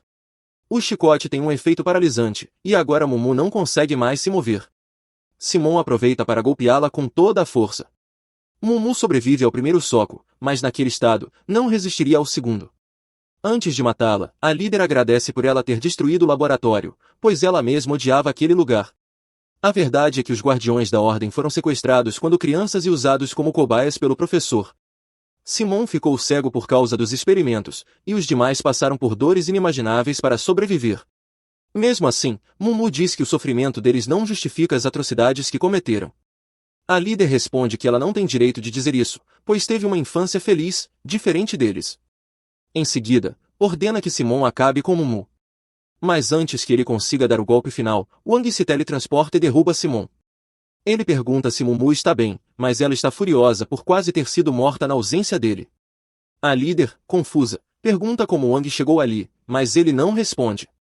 Em vez disso, avisa que sente um grupo de monstros se aproximando. A líder se vira e vê dois lagartos os encarando. Ela diz que terão que lutar juntos, mas Wang simplesmente pega Mumu e se teletransporta, deixando-a sozinha. Wang e Mumu agora estão nos esgotos. Mumu pergunta como ele fez aquilo, mas Wang não quer revelar sua nova habilidade e apenas diz que é segredo. Mumu decide não insistir, mas afirma que precisam sair dali o quanto antes. Ela veste um traje de mergulho que havia escondido e se prepara para partir. Wang pergunta se ela trouxe um para ele também, mas Mumu responde que ele pode usar sua habilidade secreta para sair sozinho. No entanto, antes que consigam fugir, são confrontados pelo mestre da organização D, cujo poder de combate é altíssimo. O sistema alerta Wang para ter cuidado. Leica pergunta furiosamente o que diabos ele quer, e Wang o ataca sem qualquer aviso. Ele consegue empurrá-lo para trás por causa da sua velocidade. No entanto, quando a manga de Leica é rasgada, ele percebe que sua faca nem sequer penetrou na pele de Leica, que se transformou em ferro. Leica então transforma sua mão em um machado e começa a balançá-la contra Wang, que só consegue desviar. Quando Wang é empurrado para uma posição desconfortável, Leica decide dar o golpe final, mas Mumu aproveita a chance e tenta cortar suas costas. No entanto, Leica consegue virar o cotovelo na direção oposta e bloqueia o ataque com facilidade. Ele rapidamente ajusta o cotovelo e depois chuta Wang para longe antes de partir em direção a Mumu. Porém, Wang teleporta-se atrás dele e o acerta no rosto com um chute. Leica se surpreende com o ataque, mas recupera o controle em uma fração de segundo, agarra a perna de Wang e o gira violentamente antes de esmagá-lo contra a parede. Em seguida, transforma seu braço em uma lança para perfurá-lo, mas Mumu joga uma faca para distraí-lo. Ela rapidamente se posiciona atrás dele para lançar um ataque veloz, mas Leica prevê seu movimento e desvia. Nesse momento, Wang se levanta e usa sua habilidade de teletransporte para sobrecarregar Leica com ataques imprevisíveis. Ele consegue ferir o rosto de Leica, que imediatamente recua. Percebendo que subestimou os jovens, Mumu pergunta a Wang se eles podem vencer se lutarem juntos. Ele responde que, se tentarem fugir, talvez consigam sobreviver. Em seguida, diz ao cubo para usar sua nova habilidade, Concessão Divina, para canalizar a energia das pedras preciosas para a faca. O cubo informa que apenas 25% da energia da pedra será transferida para a faca e que as chances de falha são altas. Além disso, Wang não poderá usar suas habilidades enquanto o cubo estiver encantando a faca, mas ele decide seguir com o plano mesmo assim. Nesse instante, Leica avança em direção a Wang ao vê-lo distraído e o acerta com um soco devastador. Wang cai de joelhos e perde a faca, mas ele a teletransporta para dentro da sala dimensional para mantê-la segura. Mumu tenta protegê-lo e ataca Leica, que simplesmente desvia a espada dela. De repente, Wang manda ela se abaixar e tenta chutar Leica com toda a sua força, mas é inútil, pois Leica agarra sua perna e o joga no chão. Mumu o ataca por trás, mas ele a impede e a chuta no estômago antes de jogá-la na água. Em seguida, Leica se vira para Wang, que ainda luta para se levantar, e o chuta para longe. Leica zomba de Wang, perguntando por que ele não pode usar suas técnicas especiais agora, já que eram a única coisa boa nele. Mumu, preocupada, observa Wang, mas ele vê um saco de lixo flutuando no esgoto e diz para ela fugir. Ela tenta discutir, mas ele insiste que ela apenas faça o que foi mandado. De repente, ele chuta o saco de lixo na direção de Leica, que bloqueia com facilidade, mas então Mumu também joga a água suja nele. Leica ordena que parem com essas brincadeiras infantis, pois não funcionarão. Wang então joga uma pequena pedra que Leica pega com facilidade, mas ela explode em sua mão. Aproveitando a distração, Mumu e Wang fogem. No entanto, o único dano que Leica sofre é perder a camisa. Ele os alcança rapidamente. Ao tentar agarrar Mumu, Wang volta para atacá-lo. Mais uma vez, Leica o segura e o joga no chão. Quando Mumu o ataca pelas costas, ele segura a espada com as mãos nuas, começa a estrangulá-la e depois a lança contra a parede. Mumu perde a consciência, e Wang se levanta para continuar a luta. Ele ataca Leica, que agarra seu punho com facilidade e o acerta com força total, fazendo-o cuspir sangue. Mesmo caindo de joelhos, Wang não desiste e acerta os abdominais de pedra de Leica, o que o irrita ainda mais. Leica o arremessa contra a parede novamente e começa a se aproximar para torturá-lo.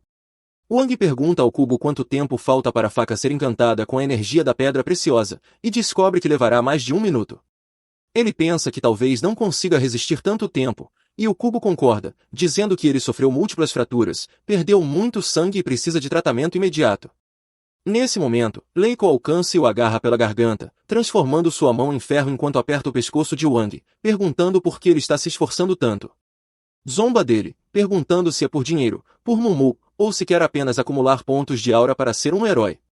Leica então transforma a outra mão em um machado e pergunta qual parte do corpo Wang sentirá menos falta, pois será essa que ele cortará. Wang começa a perder a consciência, e seu último pensamento antes de apagar é sobre sua namorada Yao. Seu corpo cai mole e ele cospe sangue, o que agrada Leica. No entanto, enquanto Leica estava focado em atormentar Wang, Mumu se aproxima silenciosamente por trás e atravessa o peito dele com sua espada, causando um dano fatal. Leica solta Wang, que volta a si e pergunta por que ela está ali quando deveria ter fugido. Mumu corre até ele e diz que não poderia deixá-lo para trás. Porém, o cubo informa que o corpo de Leica ainda está funcionando normalmente mesmo após ser perfurado. Wang percebe que Leica não está realmente ferido e avisa Mumu a tempo, permitindo que ela desvie dos ataques traiçoeiros do velho. Enquanto Leica ataca, Mumu bloqueia tudo com agilidade e se afasta.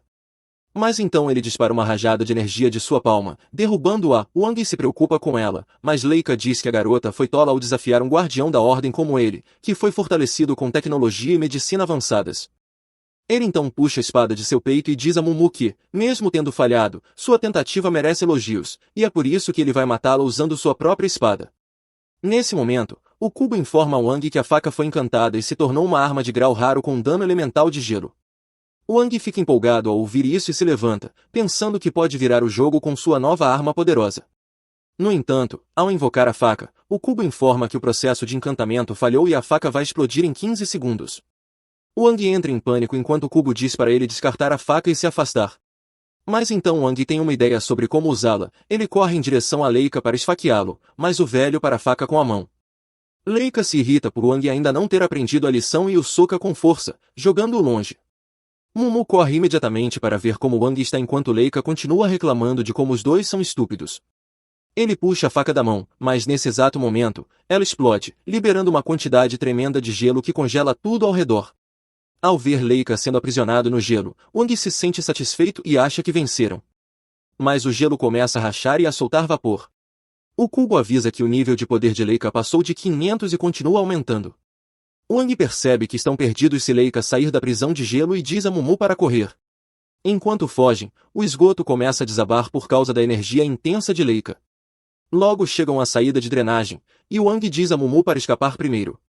Ela se recusa a deixá-lo para trás, pois odeia dever um favor tão grande. Mas Wang a tranquiliza dizendo que conseguirá sair sozinho. Contudo, Leica quebra a prisão de gelo nesse instante e corre em direção a eles com o corpo inteiro transformado em aço. Ele grita que nenhum dos dois sairá vivo dali, e Wang empurra Mumu pela borda para garantir sua fuga. Em seguida, ele se vira para enfrentar Leica, que vem como um caminhão desgovernado. Ainda assim, Wang permanece firme, confiante de que ainda tem uma chance de vencer. Logo, o nível de poder de Leica atinge 600, e ele colide com a parede, destruindo o esgoto no processo. Por sorte, ele não conseguiu atingir Wang, o que o irrita ainda mais por ter desperdiçado sua técnica suprema contra dois novatos. Furioso, ele declara que da próxima vez que vir Wang ou Mumu, vai matá-los. Enquanto isso, Mumu está nadando em direção à saída e torce para que Wang esteja bem. Acontece que Wang se prendeu às costas dela ao colar o cubo nela enquanto se teletransportava para dentro dele. Ele está exausto demais para sair do cubo ou fazer qualquer outra coisa e acaba adormecendo, achando que um descanso fará se sentir melhor. E realmente melhora depois de descansar, e alguns dias depois, já está bem o suficiente para voltar à escola. Ele continua pensando nos acontecimentos da festa e em como o mundo dos super-humanos é ainda mais perigoso do que imaginava. Apesar de ter arriscado a vida, ele ainda não tem nenhuma pista sobre Yao ou JYN e se pergunta o que deve fazer a seguir. Quando percebe, está em uma sala de conferências com Mumu e seu guarda, que lhe entrega um cartão. Mumu pergunta por que ele está distraído e Wang percebe que Mumu o tirou da escola e o trouxe até ali para falar sobre seu cartão de identidade de super-humano e sobre uma competição que será organizada em breve. Essa informação, somadamente já sobrecarregada de Wang, foi demais para ele processar e ele acabou se desligando por um instante. Ele explica isso para Mumu, que responde que ele pode levar o tempo que precisar para assimilar tudo, mas que precisa responder agora se vai se juntar ao grupo AK. Wang nem sabe o que é AK, e Mumu aperta um botão para mostrar a ele um centro de treinamento de alta tecnologia que o preparará para a competição de super-humanos. Ela diz a Wang que o escolheu para ser parte de sua equipe, mas ele recusa imediatamente, dizendo que tem algo mais importante a fazer. Mumu já sabe que Wang quer encontrar sua namorada e diz que pode lhe dar algumas informações de graça se ele aceitar participar da competição ao lado dela. Ela revela que JYN, o cara que levou Yao, foi o MVP da 43ª competição mundial de super-humanos, e isso basta para atrair a atenção de Wang. Mumu diz que JYN é muito poderoso e bom em se esconder, então ninguém consegue encontrá-lo sozinho. No entanto, ela acredita que, se forem bem na competição, poderão conseguir algumas pistas sobre ele, e Wang decide se juntar à equipe dela para encontrar sua garota.